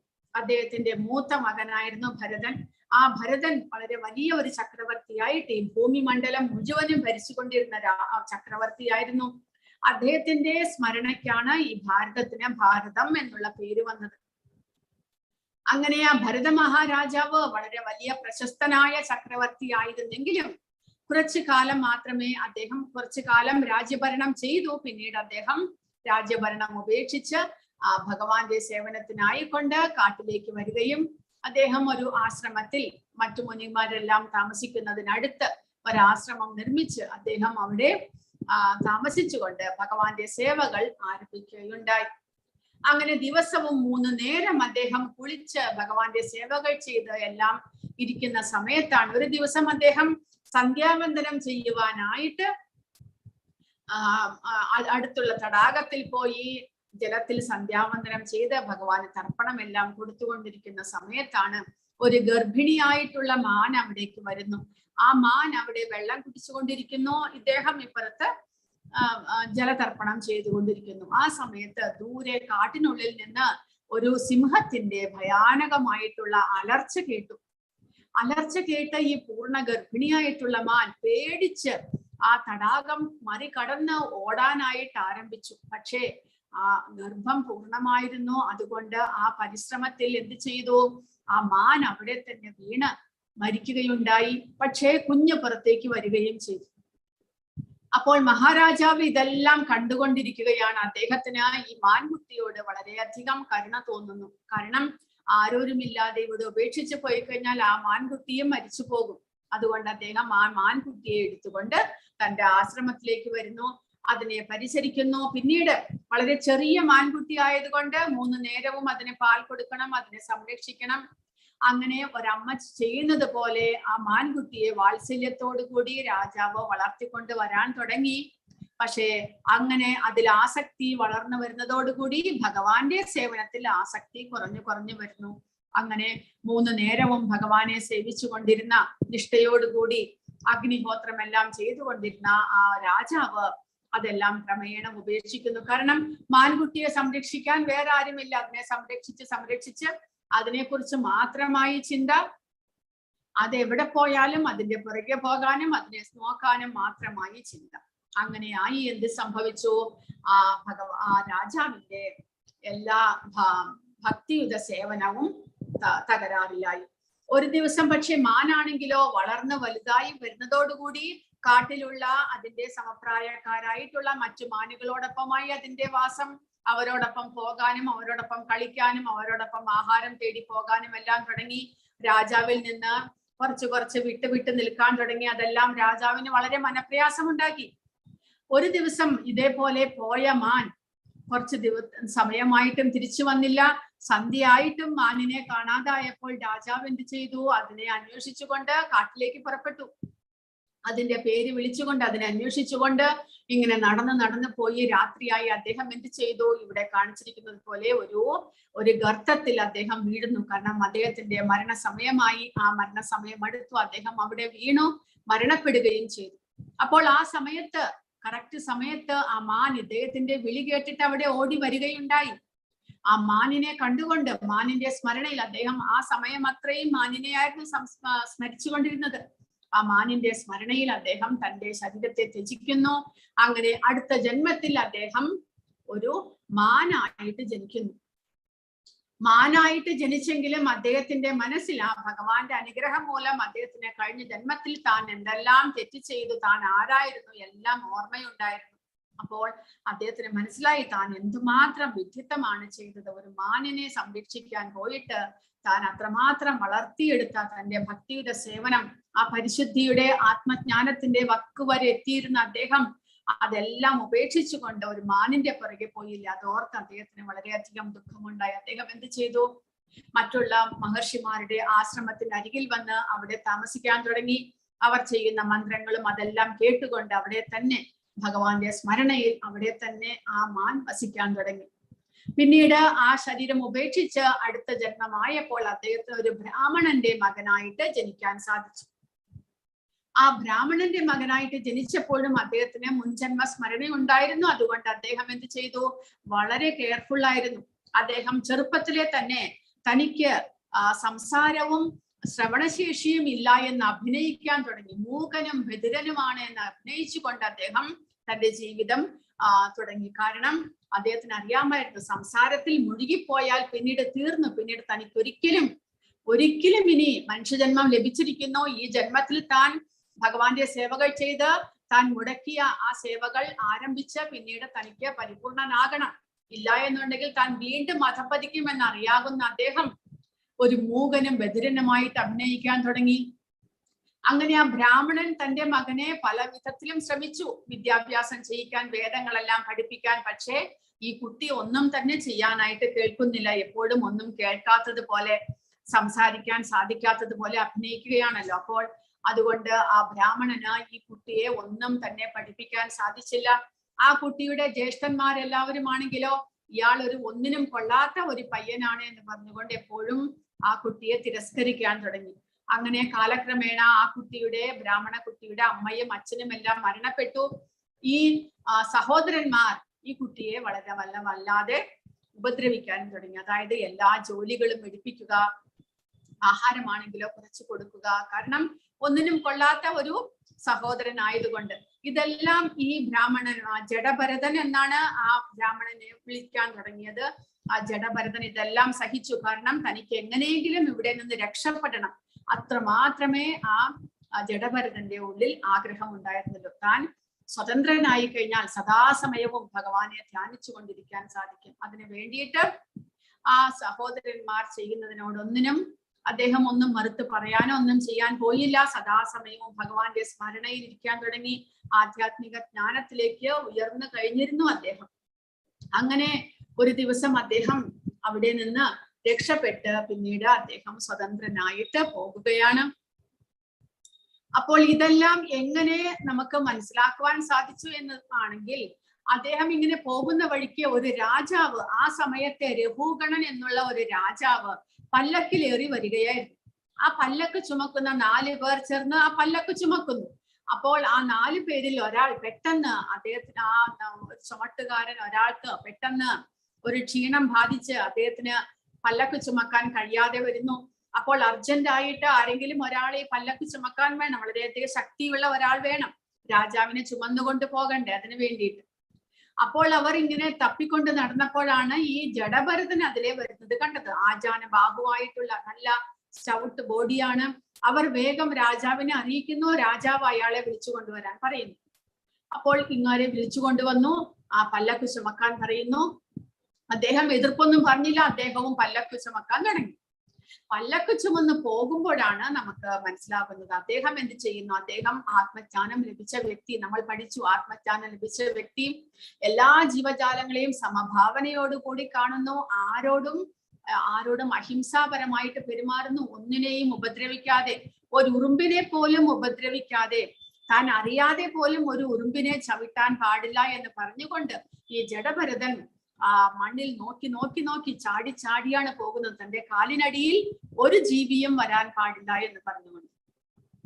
അങ്ങനെ പോകുമ്പോൾ ഈ പല്ലക്ക് അങ്ങോട്ടും ഇങ്ങോട്ടും ആടാൻ തുടങ്ങി. രാജാവിന് ദേഷ്യം വന്നു. രാജാവ് ഒരുപാട് ദേഷ്യപ്പെട്ടു ജഡഭരതന്. ഇതെല്ലാം കേട്ടുകൊണ്ട് അദ്ദേഹം എന്ത് ചെയ്തു, അദ്ദേഹം അതിന് തിരിച്ച് ആധ്യാത്മികമായിട്ട് മറുപടി പറഞ്ഞു. അത് കേട്ടപ്പോൾ രാജാവിന് തോന്നി ഇദ്ദേഹം സാധാരണ മനുഷ്യനല്ല, എന്തോ കുറച്ച് അറിവുള്ള അവധൂതനെ പോലെയുണ്ട്. അദ്ദേഹം വേഗം പല്ലക്ക് നിർത്തിച്ച് ഈ രാജാവിനോട് ആ ജഡഭരതനോട് സംഭാഷണത്തിൽ ഏർപ്പെട്ടു. അപ്പോഴാണ് അദ്ദേഹത്തിന് മനസ്സിലായത് ഇദ്ദേഹം പൂർണ്ണ ജ്ഞാനം നേടിയ ഒരു ബ്രാഹ്മണനാണ്. അദ്ദേഹത്തിൽ നിന്ന് പിന്നീട് ആ രഘുഗണ രാജാവ് ഉപദേശങ്ങളെല്ലാം സ്വീകരിക്കുന്നു. അങ്ങനെ ആ ജഡഭരതൻ തന്റെ ജീവിത ചരിത്രം മുഴുവനും രഘുഗണനോട് പറയുന്നു. ഇത് ഭാഗവതത്തിലുള്ളതാണ്. അങ്ങനെ നമുക്ക് മനസ്സിലാകുന്നു, നമ്മൾ മരണസമയത്ത് നമ്മൾ എന്ത് ചിന്തിച്ചുകൊണ്ട്, എന്ത് നമ്മുടെ സ്മരണയിലുണ്ടോ ആ ഭാവത്തെ നമ്മൾ പ്രാപിക്കുന്നു എന്ന് ഭഗവാൻ പറഞ്ഞതിന് ഉദാഹരണമായിട്ട് ഈ കഥ നമുക്ക് ഈ ശരിയായിട്ടുള്ള ഈ ഒരു ഭാഗം നമ്മുടെ ഭാരതത്തിന്റെ ഹിസ്റ്ററിയിലെ ഒരു സത്യയുഗത്തിലെ ഒരു അവതാരമായിരുന്നു ഋഷഭദേവൻ. ആ ഋഷഭദേവന്റെ മകനാണ് ഭരത മഹാരാജാവ്. അദ്ദേഹത്തിന്റെ കഥ അങ്ങനെ നമുക്ക് മനസ്സിലാക്കാനായിട്ട് സാധിക്കും. അതുകൊണ്ട് ഭഗവാൻ പറയുന്നു, ആ മരണവേളയിൽ നമുക്ക് ഭഗവാനെ സ്മരിക്കണം എന്നുണ്ടെങ്കിൽ തസ്മാ സർവേഷു കാലേഷു മാമനുസ്മരയുധ്യച മയ്യർപ്പിത മനോ ബുദ്ധിർ മാമേ വൈശ്യസ്യ സംശയഃ. അതിനാൽ ശ്രീകൃഷ്ണ രൂപത്തിൽ എന്നെ നീ എപ്പോഴും ഓർമ്മിക്കുക. അതോടൊപ്പം തന്റെ നിയത കർമ്മമായ യുദ്ധം നിർവഹിക്കുകയും ചെയ്യുക. സ്വകർമ്മങ്ങളെല്ലാം എനിക്കായി അർപ്പിച്ചും മനോബുദ്ധികൾ എന്നിൽ ഉറപ്പിച്ചും ഇരുന്നാൽ നീ എന്നെ പ്രാപിക്കും, സംശയമില്ല. അപ്പോൾ ഇത് നമുക്കായിക്കൊണ്ടും കൂടെ പറയുകയാണ് ഭഗവാൻ. അർജുനനോടായിക്കൊണ്ട് മാത്രമല്ല, നമ്മുടെ ഓരോ കർമ്മവും നമ്മൾ ഭഗവാനെ സ്മരിച്ചുകൊണ്ട് ഭഗവാൻ അർപ്പിച്ചുകൊണ്ട് ചെയ്യുക. അങ്ങനെ മനസ്സും ബുദ്ധിയും പൂർണ്ണമായിട്ടും ഭഗവാനിൽ അർപ്പിച്ചു കഴിഞ്ഞാൽ, മനസ്സും ബുദ്ധിയും എന്ന് പറഞ്ഞാൽ ബുദ്ധി ഉപയോഗിച്ച് നമ്മൾ എന്തെങ്കിലും ചിന്തിച്ചുകൊണ്ട് ആരെങ്കിലും പറ്റിക്കാനോ എന്തെല്ലാം വിചാരിച്ചുകൊണ്ട് നമ്മൾ ഓരോ പ്രവൃത്തികൾ ചെയ്യരുത്. പിന്നെയോ ബുദ്ധി ഉപയോഗിച്ച് ഭഗവാനെ എങ്ങനെ സേവിക്കണമെന്ന് ആഗ്രഹിച്ചുകൊണ്ട് മനസ്സിൽ ആഗ്രഹം വളർത്തിക്കൊണ്ട് നമ്മൾ പ്രവൃത്തികൾ ചെയ്യണം. അങ്ങനെ ആയാൽ നമുക്ക് തീർച്ചയായിട്ടും ഭഗവാനെ പ്രാപിക്കാൻ സാധിക്കുമെന്ന്. അർജുനനോടുള്ള ഈ ഉപദേശം ഭൗതിക കർമ്മങ്ങളിൽ ഏർപ്പെട്ടിരിക്കുന്ന എല്ലാവരെ സംബന്ധിച്ചും പ്രസക്തമാണ്. തങ്ങളുടെ നിർദ്ദിഷ്ട കർമ്മം നിറവേറ്റുന്നതിൽ നിന്ന് പിന്തിരിയാൻ ആരെയും ഭഗവാൻ പ്രേരിപ്പിക്കുന്നില്ല. ഒരാൾക്ക് ഈ പ്രവർത്തികൾ തുടരുന്നതോടൊപ്പം ഹരേ കൃഷ്ണ മന്ത്രം ഉച്ചരിച്ചുകൊണ്ട് ഭഗവത് സ്മരണ പുലർത്തുകയുമാവാം. ഇത് ജീവനെ ഭൗതിക കൽമഷങ്ങൾ ബാധിക്കാതിരിക്കാനും മനോബുദ്ധികളെ ഭഗവാനിൽ ഏകാഗ്രീകരിക്കാനും ഉതകും. കൃഷ്ണനാമോച്ചാരണം ഭക്തനെ പരമോത്കൃഷ്ടമായ കൃഷ്ണലോകത്തിൽ എത്തിക്കുന്നു എന്നതിന് സംശയമില്ല. അങ്ങനെ ഭഗവാൻ നമുക്ക് പറഞ്ഞു തരുന്നു എങ്ങനെ നമുക്ക് മരണവേളയിൽ ഭഗവാനെ ഓർക്കുവാനായിട്ട് നമ്മുടെ ജീവിതത്തിൽ നമ്മൾ എങ്ങനെ പരിശീലനം നടത്തണം എന്ന് ഭഗവാൻ പറഞ്ഞു തരികയാണ്. അഭ്യാസയോഗയുക്തേന ചേതസാനാന്യകാമിന പരമം പുരുഷം ദിവ്യം യാതി പാർത്ഥാനുചിന്തയൻ. എന്നെ പരമദിവ്യോത്തമ പുരുഷനായി ആരാണോ ധ്യാനിക്കുന്നത്, ആരാണോ മാർഗത്തിൽ നിന്ന് വ്യതിചലിക്കാതെ തുടർച്ചയായി എന്നെ മനസ്സിൽ സ്മരിക്കുന്നത്, അല്ലയോ പാർത്ഥ, അയാൾ നിശ്ചയമായും എന്നെ പ്രാപിക്കും. അപ്പോൾ ഭഗവാനെ എങ്ങനെ പ്രാപിക്കുവാൻ സാധിക്കും? അതിനു വേണ്ടിയിട്ട് നിരന്തരം ഭഗവാനെ സ്മരിച്ചുകൊണ്ട്, ഭഗവാനെ ധ്യാനിച്ചുകൊണ്ട് നമ്മൾ നാമജപം ചെയ്യുമ്പോഴും ഭഗവാനെ മനസ്സിൽ ധ്യാനിക്കുവാനായിട്ട് ശ്രമിക്കുക. സദാസമയവും ഭഗവാന്റെ സ്മരണയിൽ ഭഗവാന്റെ ലീലകളെ കുറിച്ചെല്ലാം സ്മരിച്ചുകൊണ്ട് നമ്മൾ പ്രവർത്തിക്കുകയാണെങ്കിൽ, നമ്മുടെ കർമ്മങ്ങളെല്ലാം ചെയ്യുകയാണെങ്കിൽ നമുക്ക് നിശ്ചയമായും ഭഗവാനെ പ്രാപിക്കുവാൻ സാധിക്കും എന്ന് പറയും. അപ്പോൾ ഭഗവാനെ ധ്യാനിക്കണമെന്നുണ്ടെങ്കിൽ അതിന് ഭഗവാന്റെ രൂപം, ഭഗവാന്റെ ഗുണങ്ങൾ, ഭഗവാന്റെ നാമം ഇതെല്ലാം നമുക്ക് അറിയണം. ഭഗവാനെ തത്വത്തിൽ നമ്മൾ മനസ്സിലാക്കണം. അതിനു വേണ്ടിയിട്ട് ഭഗവാനെ കുറിച്ച്, ഭഗവാന്റെ രൂപത്തെ, നാമത്തെ, ഗുണങ്ങളെ എല്ലാം ഭഗവാൻ ഇവിടെ പറഞ്ഞു തരുന്നു. ആരാണ് ഭഗവാൻ? ഏതു വിധത്തിൽ നമ്മൾ ഭഗവാനെ ധ്യാനിക്കണം? കവിം പുരാണം അനുശാസിതാരം അണോരണീയാം സമനുസ്മരേദ്യഃ സർവസ്യ ധാതാരമചിന്യ രൂപം ആദിത്യവർണം തമസഃ പരസ്താദ്. കവി എന്ന് പറഞ്ഞാൽ സർവജ്ഞൻ, എല്ലാത്തിനെ കുറിച്ചും അറിവുള്ള, എല്ലാ ജ്ഞാനവും ഉൾക്കൊള്ളുന്ന ഭഗവാൻ. സർവജ്ഞനും പുരാണം, ആദി പുരുഷനാണ് ഭഗവാൻ. അനുശാസിതാരം, എല്ലാത്തിന്റെയും നിയന്താവ്, സർവനിയന്താവ് ഭഗവാനാണ്. അണോരണീയാംസാൽ, അണുവിനേക്കാൾ ചെറുതായിട്ടും ഭഗവാൻ വർത്തിക്കുവാനായിട്ട് സാധിക്കുന്നു. കൂടാതെ അനുസ്മരേദ്യഃ, സകലത്തിന്റെയും പരിപാലകനായിട്ട് നമ്മൾ അദ്ദേഹത്തെ ധ്യാനിക്കേണ്ടതാണ്. സർവസ്യ ധാതാരം, എല്ലാത്തിന്റെയും നമുക്ക് ധാതാവായിട്ട് അല്ലെങ്കിൽ എല്ലാത്തിന്റെയും അടിസ്ഥാനമായിട്ട്. അചിന്യ രൂപം, ഭഗവാന്റെ ആ രൂപത്തെ നമുക്ക് ചിന്തിക്കുവാനും കൂടെ സാധ്യമല്ല. കാരണം നമ്മുടെ ഭൗതികമായ ഇന്ദ്രിയങ്ങൾക്ക് പ്രകടമല്ല ഭഗവാൻ. ഭൗതികമായിട്ടുള്ള ഇന്ദ്രിയങ്ങൾ കൊണ്ട് ആ ഭഗവാനെ, മലിനമാക്കപ്പെട്ട അവബോധം കൊണ്ട് നമുക്ക് ഭഗവാനെ കുറിച്ച് നമുക്ക് ചിന്തിക്കാനോ ഭഗവാനെ ധ്യാനിക്കാനോ ഭഗവാനെ നമുക്ക് മനസ്സിലാക്കുവാനോ സാധ്യമല്ല. അങ്ങനെയുള്ള അചിന്ത്യനാണ് ഭഗവാൻ. ഭൗതിക അനുമാനങ്ങൾക്ക് അതീതനും അചിന്യ രൂപനും ആദിത്യവർണം, ആദിത്യ തേജസ്വിയുമായിട്ടുള്ള ഭക്തി. അങ്ങനെ തമസഃ പരസ്താദ്, ആ ഭൗതിക പ്രകൃതിക്ക് അതീതനാണ്. തമസ് എന്ന് പറഞ്ഞാൽ ഈ ഭൗതിക പ്രകൃതി എപ്പോഴും ഇരുട്ടിലാണ്. അതുകൊണ്ടാണ് വെളിച്ചത്തിന് വേണ്ടിയിട്ടാണ് നമ്മൾ സൂര്യന്റെ പ്രകാശം നമുക്ക് വേണ്ടി വരുന്നത്. സൂര്യൻ അസ്തമിച്ചു കഴിഞ്ഞാൽ പിന്നെ ഇവിടെ എങ്ങനെ ഇരുട്ടാണോ, വാസ്തവത്തിൽ ഇതേ ഇരുട്ടിലാണ് ഈ ഭൗതിക പ്രകൃതി നിലകൊള്ളുന്നത്. അതിനു വേണ്ടിയിട്ടാണ് ഭഗവാൻ നമുക്ക് പ്രകാശത്തിന് വേണ്ടിയിട്ട് ഒരു സൂര്യനെ നമുക്ക് തന്നിരിക്കുന്നത്. ആ തമസിനെ മറികടന്നുള്ള ആധ്യാത്മികമായ ലോകത്താണ് ഭഗവാന്റെ വാസം. ആ ആധ്യാത്മിക ലോകത്തിൽ അവിടെ സൂര്യന്റെയും ചന്ദ്രന്റെയും പ്രകാശത്തിന്റെ ആവശ്യമില്ല എന്ന് ഭഗവാൻ പറയുന്നു. അവിടെ സ്വയം പ്രകാശിതങ്ങളായിട്ടുള്ള വൈകുണ്ഠ ലോകങ്ങളാണുള്ളത്. അങ്ങനെയുള്ള ലോകത്തിലെ ഭൗതിക പ്രകൃതിക്ക് അതീതനായിട്ടുള്ള ആദിത്യ തേജസ്വിയായിട്ടുള്ള, ആ സൂര്യനെ പോലെ തേജസ്വിയായിട്ടുള്ള വ്യക്തി എന്ന നിലയ്ക്ക് നമ്മൾ ഭഗവാനെ ധ്യാനിക്കണം. ഇതാണ് ഭഗവാൻ. അപ്പോൾ ഇവിടെ തന്റെ രൂപത്തെയും തന്റെ പ്രകൃതിയെയും എല്ലാം പറഞ്ഞു തരുന്നു. അപ്പോൾ ഭഗവാൻ അവ്യക്തിഗതനല്ല, നിർഗുണനോ നിരാകാരനോ ഒന്നുമല്ല. ഭഗവാൻ ഒരു വ്യക്തിയാണ്. ഭഗവാന്റെ തേജസ് ആദിത്യ തേജസ്സാണ് എന്ന് പറയുന്നു. എല്ലാ ജ്ഞാനവും ഉൾക്കൊള്ളുന്ന ഭഗവാനാണ്, ആദി പുരുഷനാണ്. ഇങ്ങനെയെല്ലാം പറയുമ്പോൾ ഭഗവാൻ വ്യക്തിയാണ് എന്ന് നമുക്ക് മനസ്സിലാക്കാൻ സാധിക്കാം. ഭഗവാൻ ഒരിക്കലും അവ്യക്തിഗതനല്ല, നിർഗുണനും നിരാകാരനുമല്ല. അതെല്ലാം മായാവാദികൾ ഉണ്ടാക്കുന്നതാണ്. ഭഗവാൻ അങ്ങനെയല്ല. ഭഗവാന്റെ പുരുഷ രൂപത്തെയാണ് ഭഗവാൻ ഇവിടെ വർണ്ണിക്കുന്നത്. അങ്ങനെയുള്ള ഭഗവാനെ നമ്മൾ ധ്യാനിക്കണം എന്നാണ് ഭഗവാൻ ഇവിടെ പറഞ്ഞു തരുന്നത്. അപ്പോൾ ഇവിടെ കാണാം, ബ്രഹ്മാവും ശിവനും എല്ലാ ദേവന്മാരും ദേവിമാരും എല്ലാം ഇങ്ങനെയുള്ള ഭഗവാനെ, ആ വിഷ്ണു രൂപത്തെ ആരാധിക്കുന്നു. സദാസമയവും അവർക്ക് എന്ത് കാര്യം സാധിക്കണം എന്നുണ്ടെങ്കിലും അവർക്കിങ്ങനെ ഭഗവാനെ ധ്യാനിച്ച് ഭഗവാനിൽ നിന്ന് ആ തങ്ങളുടെ പ്രശ്നത്തിന് പരിഹാരം അവർ തേടുന്നു. ഇനി ഭഗവാൻ ഇവിടെ പല വിധത്തിൽ പലതരത്തിൽ ആ പ്രയാണക്കാലെ, അതായത് അന്ത്യനിമിഷത്തിൽ ഓരോരുത്തരും യോഗികളാകട്ടെ, ഭക്തന്മാരാകട്ടെ, അല്ലെങ്കിൽ സാധാരണ മനുഷ്യരെ കുറിച്ചാണ് ഇപ്പോൾ ഭഗവാൻ ഇവിടെ പറഞ്ഞത്. മരണസമയത്ത് ഭഗവാനെ ഓർക്കുകയാണെങ്കിൽ ഭഗവാനെ പ്രാപിക്കാൻ സാധിക്കും. ഇനി യോഗികളാണെങ്കിൽ പല വിധത്തിലും യോഗ പരിശീലനം ചെയ്ത് ശക്തി വർദ്ധിപ്പിക്കാൻ ശ്രമിക്കുന്നവരുണ്ട്. അങ്ങനെയുള്ള യോഗികൾ എങ്ങനെ ആ മരണസമയത്ത് ഭഗവാനെ ഓർത്തുകൊണ്ട് ഭഗവാന്റെ ധാമത്തിലേക്ക് അവർക്ക് സ്വയം പ്രവേശിക്കാൻ സാധിക്കും.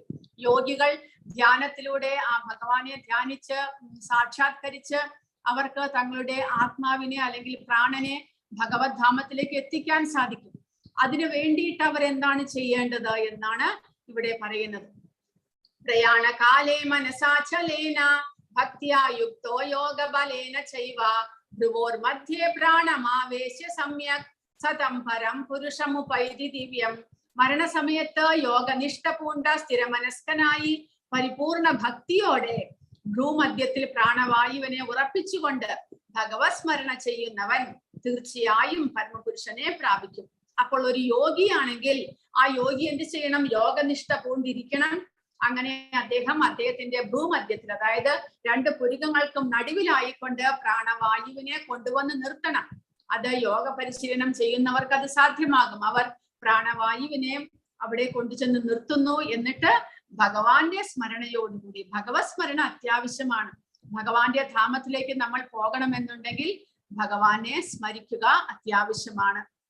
ഭഗവാനെ സ്മരണ ചെയ്ത് ആ ജീവാത്മാവിനെ, പ്രാണവായുവിനെ, അങ്ങനെയുള്ള ആ യോഗിക്ക് ഭഗവാന്റെ ധാമത്തിലേക്ക് എത്തിക്കുവാൻ സാധിക്കും എന്നാണ് ഇവിടെ പറയുന്നത്.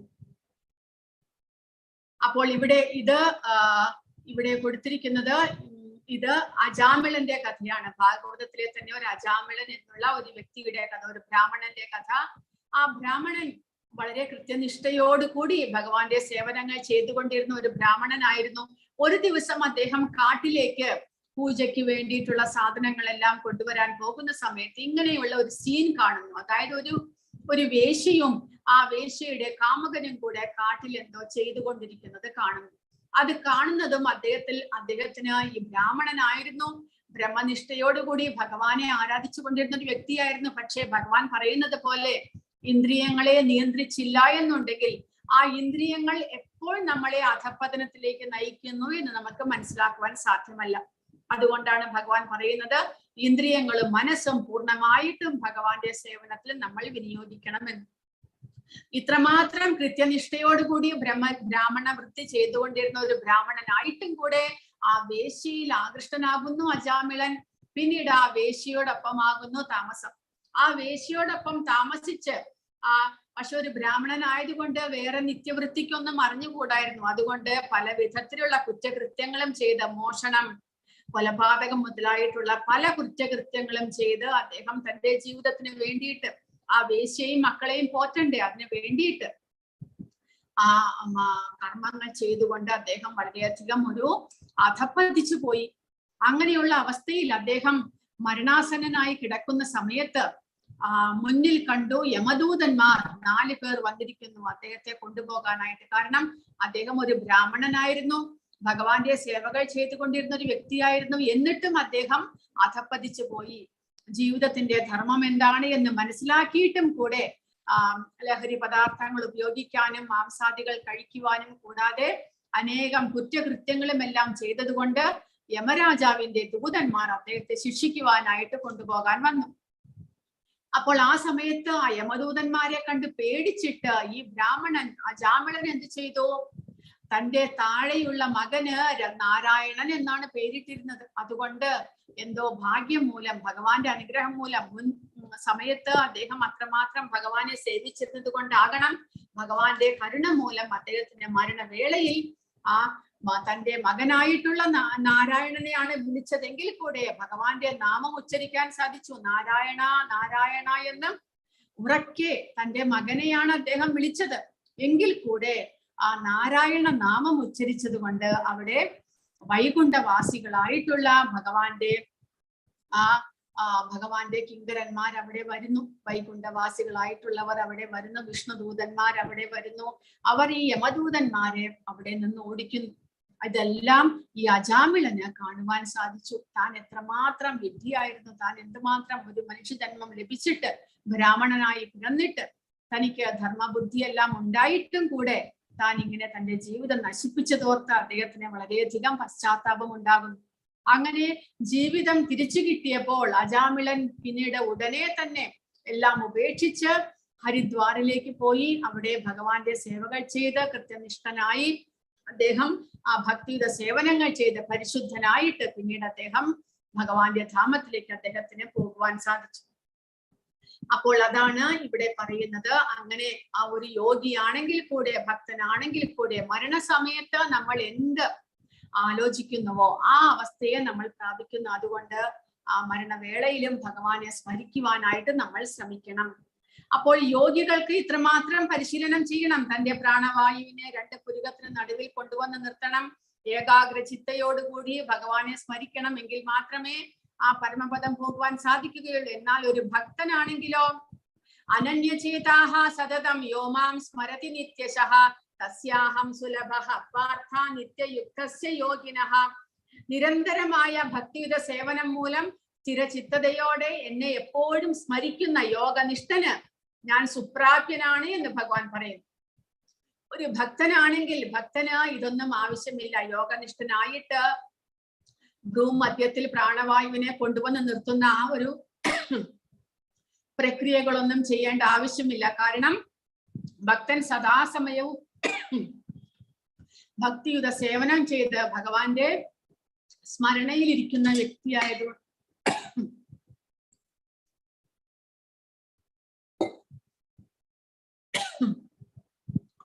ഭക്തൻ സദാസമയവും ഭഗവാനെ സ്മരിച്ചുകൊണ്ടിരിക്കുന്നതായതുകൊണ്ട് അതും എങ്ങനെ അനന്യചേതാഹ സതതം, എപ്പോഴും അനന്യമായിട്ടുള്ള ശുദ്ധ ഭക്തിയുടെ സേവനം ചെയ്യുന്ന ഒരു ഭക്തന് ഭഗവാൻ തസ്യാഹം സുലഭഃ പാർത്ഥ, താൻ വളരെ എളുപ്പത്തിൽ ലഭിക്കുമെന്നാണ് ഭഗവാൻ പറയുന്നത്.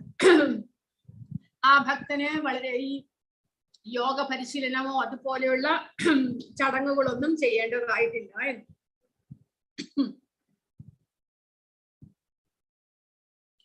അങ്ങനെയുള്ള ഭക്തന് ഭഗവാനെ നമ്മൾ പ്രാപിക്കുകയാണെങ്കിൽ, ഒരു ഭക്തനാകട്ടെ യോഗിയാകട്ടെ, ഭഗവാനെ പ്രാപിക്കുക എന്ന് പറഞ്ഞാൽ എന്താണ് അതിന്റെ അർത്ഥം? അതാണ് ഭഗവാൻ ഇവിടെ കൊടുക്കുന്നത്. ഭഗവാനെ പ്രാപിച്ചു കഴിഞ്ഞാൽ പിന്നീട് നമുക്ക് ഒരിക്കലും ഇങ്ങോട്ട് തിരിച്ചു വരേണ്ടതില്ല എന്ന്. മാമുപേത്യ പുനർജന്മ ദുഃഖാലയമശാശ്വതം നാപ്നുവന്തി മഹാത്മാനഃ സംസിദ്ധിം പരമാം ഗതാഃ. ഭക്തിയോഗം കൊണ്ട് എന്നെ പ്രാപിച്ച മഹാത്മാക്കൾ പരിപൂർണത നേടിയവരാകയാൽ പിന്നീട് ദുഃഖപൂർണവും അസ്ഥിരവുമായ ഈ ലോകത്തിലേക്ക് തിരിച്ച് വരുന്നില്ല. അപ്പോൾ ഈ ഭൗതിക പ്രപഞ്ചത്തെ ഭഗവാൻ വിവരിക്കുന്നത് ദുഃഖാലയം, അശാശ്വതം, ദുഃഖത്തിന്റെ ഒരാലയവുമാണ്, അശാശ്വതവുമാണ്, ക്ഷണികവുമാണ് ഈ പ്രപഞ്ചം. അങ്ങനെയുള്ള പ്രപഞ്ചത്തിലേക്ക് ഭഗവാനെ ഒരു തവണ നമ്മൾ പ്രാപിച്ചു കഴിഞ്ഞാൽ, ഭഗവാന്റെ ലോകത്തിലേക്ക് ഒരു തവണ നമ്മൾ പോയി കഴിഞ്ഞാൽ പിന്നീട് ഒരിക്കലും ഇങ്ങോട്ട് തിരിച്ചു വരേണ്ടതില്ല എന്ന് ഭഗവാൻ പറയുന്നു. കാരണം ഈ ലോകം ദുഃഖപൂർണവും അസ്ഥിരവുമാണ്. ആ ലോകത്തിലേക്ക് പിന്നീട് ഒരിക്കലും തിരിച്ചു വരാൻ മഹാത്മാക്കളാകട്ടെ ആരും തന്നെ പിന്നീട് ശ്രമിക്കുന്നില്ല. കാരണം അവർക്ക് ഇത് ഈ ലോകം എന്നുള്ളത് ദുഃഖാലയമായതുകൊണ്ട് ഇവിടേക്ക് ആരും വരാനായിട്ട് ശ്രമിക്കുന്നില്ല. ഭഗവാന്റെ ധാമത്തിൽ ഒരു തവണ പോയാൽ പിന്നീട് തിരിച്ചു വരേണ്ട, അങ്ങനെയുള്ള ഭഗവാന്റെ ധാമത്തിലേക്ക് പറഞ്ഞു. പക്ഷെ ഭൗതിക പ്രപഞ്ചമാണെങ്കിലോ, ഭൗതിക പ്രപഞ്ചത്തിൽ നമ്മൾ എത്ര ഉന്നതമായിട്ടുള്ള ഇവൻ ബ്രഹ്മാവിന്റെ ലോകത്തിലേക്ക് തന്നെ നമ്മൾ പോയാലും പുണ്യകർമ്മങ്ങൾ ചെയ്ത് ആ പുണ്യകർമ്മത്തിന്റെ ബലത്താൽ നമ്മൾ ബ്രഹ്മലോകം വരെ പോയാലും ശരി, നമുക്ക് ആ പുണ്യകർമ്മത്തിന്റെ ഫലം തീരുമ്പോൾ നമുക്ക് തിരിച്ചു വരണം. എന്നാൽ ഭഗവാന്റെ ധാമം എന്നുള്ളത് അങ്ങനെയല്ല, അത് ശാശ്വതമാണ്. അവിടെ ഒരു തവണ ചെന്നുപെട്ടാൽ പിന്നീട് തിരിച്ചു വരേണ്ട. ആ ബ്രഹ്മഭുവനാ ലോകാഹ പുനരാവർത്തിനോർജുന മാമുപേത്യാതു കൗന്ദേയ പുനർജന്മാന വിദ്യതേ. ഭൗതിക ലോകത്തിൽ സർവോന്നതമായ ഗ്രഹം ബ്രഹ്മലോകം മുതൽക്ക് ഏറ്റവും അധമമായുള്ളത് വരെ ഓരോന്നും ജനന മരണങ്ങൾ ആവർത്തിച്ചു കൊണ്ടേയിരിക്കുന്ന ദുരിതപൂർണമായ സ്ഥലങ്ങളാണ്. ആ ബ്രഹ്മഭുവനാ ലോകാഹ പുനരാവർത്തിനോർജുന, എപ്പോഴും പുനരാവർത്തിയുള്ള പുനർജന്മമുള്ള ലോകങ്ങളാണ് ബ്രഹ്മലോകം മുതൽക്ക് താഴെ വരെയുള്ള 14 ലോകങ്ങളും. എന്നാൽ മാമുപേത്യാതു പുനർജന്മ ന വിദ്യതേ. എന്നാൽ എന്റെ ലോകത്തെ പ്രാപിച്ചാൽ, ഭഗവാന്റെ പരമപദം പ്രാപിച്ചാൽ പിന്നീട് പുനർജന്മമില്ല എന്നാണ് ഭഗവാൻ പറയുന്നത്. അത്രമാത്രം ആ ഭഗവാന്റെ ധാമം എന്നുള്ളത് ശാശ്വതമാണ്. അവിടെ നമ്മുടെ ഇവിടത്തെ പോലെ ദുഃഖാലയമോ അശാശ്വതമോ ഒന്നും തന്നെയല്ല. അവിടെ നമ്മുടെ ഇവിടെയുള്ള ആ ഭൗതികമായിട്ടുള്ള ഒരു കർമ്മമോ അല്ലെങ്കിൽ ഭൗതികമായിട്ടുള്ള വിശപ്പ്, ദാഹം മുതലായിട്ടുള്ളവ ഒന്നും തന്നെ ഇല്ലാത്ത എപ്പോഴും ആനന്ദമയമായിട്ടുള്ള ഒരു ധാമമാണ് ഭഗവാന്റെ ധാമം. അവിടെ പോയി കഴിഞ്ഞാൽ പിന്നീട് നമുക്കൊരിക്കലും പുനർജന്മം ഉണ്ടാകുന്നില്ല. അപ്പോൾ ആ ഭഗവാന്റെ ധാമമാണെങ്കിൽ എങ്ങനെയുള്ളതാണ്? അവ്യക്തോക്ഷരൈത്യുക്ത സ്തമാഹു പരമാം ഗതി യം പ്രാപ്യാനനിവർത്തന്തേ തദ്ധാമ പരമം മമ. വേദാന്തികൾ അവ്യക്തമെന്നും അക്ഷയമെന്നും വിശേഷിപ്പിക്കുന്നതും പരമമായ അപ്രാപ്യ സ്ഥാനം എന്നറിയപ്പെടുന്നതും ഒരിക്കൽ എത്തിച്ചേർന്നാൽ പിന്നെ മടങ്ങി വരേണ്ടതില്ലാത്തതുമാണ് എന്റെ പരമമായിട്ടുള്ള ധാമം. തദ്ധാമ പരമം മമ എന്ന് പറയുന്നു. ഭഗവാൻ നമുക്ക് അദ്ദേഹത്തിന്റെ ധാമത്തെ കുറിച്ച് വർണ്ണിച്ചു തരികയാണ്. കാരണം എന്താണ്? നമ്മളെ അങ്ങോട്ട് ക്ഷണിക്കുകയാണ് ഭഗവാൻ. ആ ഭഗവാന്റെ ധാമത്തെ കുറിച്ച് ഭഗവാൻ തന്നെ പറഞ്ഞാലേ നമുക്കറിയുകയുള്ളൂ. നമുക്കറിഞ്ഞുകൂടാ അതൊന്നും. അതുകൊണ്ട് ഭഗവാൻ സ്വയം നമുക്ക് പറഞ്ഞു തരുന്നു. നമ്മൾ ആ ഭഗവാന്റെ ധാമത്തിലെ വാസികളായിരുന്നു. എന്തോ അബദ്ധം മൂലം ഭഗവാനെ വിട്ടിട്ട് നമ്മൾ ഇവിടെ വന്നിരിക്കുന്നു. ഇപ്പോൾ നമുക്കൊന്നും തന്നെ ഓർമ്മയില്ല. നമ്മൾ പൂർണ്ണമായിട്ടും അജ്ഞാനത്തിലാണ്. അതുകൊണ്ട് ഭഗവാൻ ആ ധാമത്തെ കുറിച്ച്, ആ ധാമത്തിന്റെ വിശേഷങ്ങളെ കുറിച്ച്, എങ്ങനെ ആ ധാമത്തിലേക്ക് നമുക്ക് പോകുവാൻ സാധിക്കും, ഒരു തവണ പോയാൽ പിന്നീട് തിരിച്ചു വരേണ്ടതില്ല, ഈ വിവരണങ്ങളൊക്കെ നമുക്ക് തരുന്നു. കാരണം നമ്മളെ അങ്ങോട്ടേക്ക് ക്ഷണിക്കുകയാണ്. നമുക്ക് ഒരു ആകർഷണം വന്നാലല്ലേ നമ്മൾ ഭഗവാന്റെ ഭക്തിയുടെ സേവനങ്ങൾ ചെയ്ത് ഭഗവാനെ പ്രാപിക്കാൻ നമ്മൾ ശ്രമിക്കുകയുള്ളൂ. ഈ ലോകത്തിന്റെ എല്ലാ കുറ്റങ്ങളും കുറവുകളും നമ്മൾ അറിയണം. അതുകൂടാതെ അതൊന്നും ഇല്ലാത്ത ശാശ്വതമായിട്ടുള്ള ഒരു ധാമം വേറെയുണ്ട് എന്ന് നമ്മൾ അറിയണം. അവിടേക്ക് നമുക്ക് പോകുവാൻ സാധിക്കും. അവിടേക്ക് പോകാനുള്ള എന്തൊക്കെയാണ് അതിന് വേണ്ടിയിട്ട് നമ്മൾ ചെയ്യേണ്ടതായിട്ടുള്ളത് എല്ലാം തന്നെ ഭഗവാൻ സ്വയം നമുക്ക് പറഞ്ഞു തരുന്നു. കാരണം നമ്മൾ എല്ലാവരും ഭഗവാന് പ്രിയപ്പെട്ടവരായതുകൊണ്ട്, ഭഗവാന്റെ അംശമായതുകൊണ്ട്, ഭഗവാൻ നമ്മുടെ എല്ലാവരുടെയും പിതാവായതുകൊണ്ട് അദ്ദേഹം നമ്മളെ ക്ഷണിക്കുന്നു ഭഗവാന്റെ ധാമത്തിലേക്ക്. ആ ധാമം എന്നുള്ളത് അക്ഷയമാണ്, ഒരിക്കലും നശിക്കാത്തതാണ്, അവ്യക്തമാണ്. എന്നാൽ നമ്മുടെ ഇന്ദ്രിയങ്ങൾ കൊണ്ട് നമുക്ക് അറിയുവാൻ സാധിക്കാത്തതുമാണ്. എന്നാൽ നമ്മുടെ എല്ലാവരുടെയും പരമമായിട്ടുള്ള പ്രാപ്യസ്ഥാനം അതായിരിക്കണം. ആ ധാമം എന്നാണ് ഭഗവാന്റെ ധാമമാണ് എന്ന് ഭഗവാൻ പറഞ്ഞു തരുന്നു. ആ ഭഗവാന്റെ ധാമത്തെ ചിന്താമണി ധാമം എന്ന് പ്രഭുപാദ പറയുകയാണ്. സർവ അഭിലാഷങ്ങളെയും നിറവേറ്റുന്നത് എന്നാണ് ഭഗവാൻ കൃഷ്ണന്റെ പരമധാമത്തെ. ഗോലോക വൃന്ദാവനം എന്നുള്ള ധാമത്തെ പറയുന്നത്. ബ്രഹ്മസംഹിത ബ്രഹ്മാവ് പറയുന്നത് ചിന്താമണി പരമ സത്മസു കൽപ്പവൃക്ഷ ലക്ഷാവൃതേഷു സുരഭീർ അഭിപാലയന്തം. അതായത് ആ ചിന്താമണി ധാമമായിട്ടുള്ള ഭഗവാന്റെ ധാമത്തിൽ എങ്ങും കൽപ്പവൃക്ഷങ്ങളാണുള്ളത് അത്രേ. ആ കൽപ്പവൃക്ഷത്തിന്റെ അടിയിൽ ചെന്നിട്ട് നമ്മൾ എന്ത് ചോദിച്ചാലും ആ കൽപ്പവൃക്ഷം തരുന്നു. അങ്ങനെയുള്ള കൽപ്പവൃക്ഷങ്ങൾ നിറഞ്ഞ ആ ധാമത്തിൽ ഭഗവാൻ എന്താണ് ചെയ്യുന്നത്? സുരഭീർ അഭിപാലയന്തം, സുരഭി പശുക്കളെ മേച്ചുകൊണ്ട് നടക്കുന്നു ഭഗവാൻ. കൂടാതെയോ ലക്ഷ്മി സഹസ്രശത സംഭ്രമ സേവ്യമാനം, ലക്ഷക്കണക്കിന് ലക്ഷ്മിമാരാണ് ഭഗവാനെ സേവിക്കാൻ അവിടെയുള്ളത്. അങ്ങനെയുള്ള ആ ഗോവിന്ദമാദിപുരുഷം തമഹം ഭജാമി എന്ന് പറഞ്ഞിരിക്കുന്നു ബ്രഹ്മാവ്. അങ്ങനെയുള്ള ആ ഗോവിന്ദനെ ഞാൻ ആരാധിക്കുന്നു എന്ന്. അങ്ങനെയുള്ള ആ ഗോവിന്ദൻ വസിക്കുന്ന ആ ചിന്താമണി ധാമത്തിലേക്കാണ് ഭഗവാൻ നമ്മളെ ക്ഷണിക്കുന്നത്. ഓടക്കുഴലൂതി കൊണ്ടിരിക്കുന്ന ഭഗവാന്റെ അതീന്ദ്രിയ ആകാരത്തെക്കാൾ ആകർഷകങ്ങളായി ലോകാലോകങ്ങളിൽ യാതൊന്നും തന്നെയില്ല. അങ്ങനെയുള്ള ആ ധാമത്തിൽ അനേകായിരം ലക്ഷ്മി ദേവിമാരുടെ പരിചരണം ഏറ്റുകൊണ്ടാണ് ശ്രീ ഭഗവാൻ വാഴുന്നത് എന്നിവിടെ പറയുന്നു. അങ്ങനെയുള്ള ആ ചിന്താമണി ധാമത്തിലേക്ക് ഭഗവാൻ നമ്മളെ വിളിക്കുകയാണ്. വേദേഷു യജ്ഞേഷു തപസ്സു ചൈവ ദാനേഷു യത് പുണ്യഫലം പ്രതിഷ്ഠം അത്യേതി തത്സർവമിദം വിദിത്വാ യോഗി പരം സ്ഥാനമുപൈതി ചാദ്യം. ഭക്തിമാർഗം സ്വീകരിച്ചത് കൊണ്ട് വേദപഠനം, യജ്ഞാചരണം, ദാനം, കാമ്യകർമ്മങ്ങൾ എന്നിവയാൽ നേടാകുന്ന പുണ്യങ്ങൾ ഒന്നും തന്നെ മനുഷ്യന് നഷ്ടപ്പെടുന്നില്ല. ഭഗവത് സേവനം കൊണ്ട് തന്നെ മേൽപ്പറഞ്ഞ പുണ്യഫലങ്ങൾ എല്ലാം ഭക്തന് ലഭിക്കുന്നു.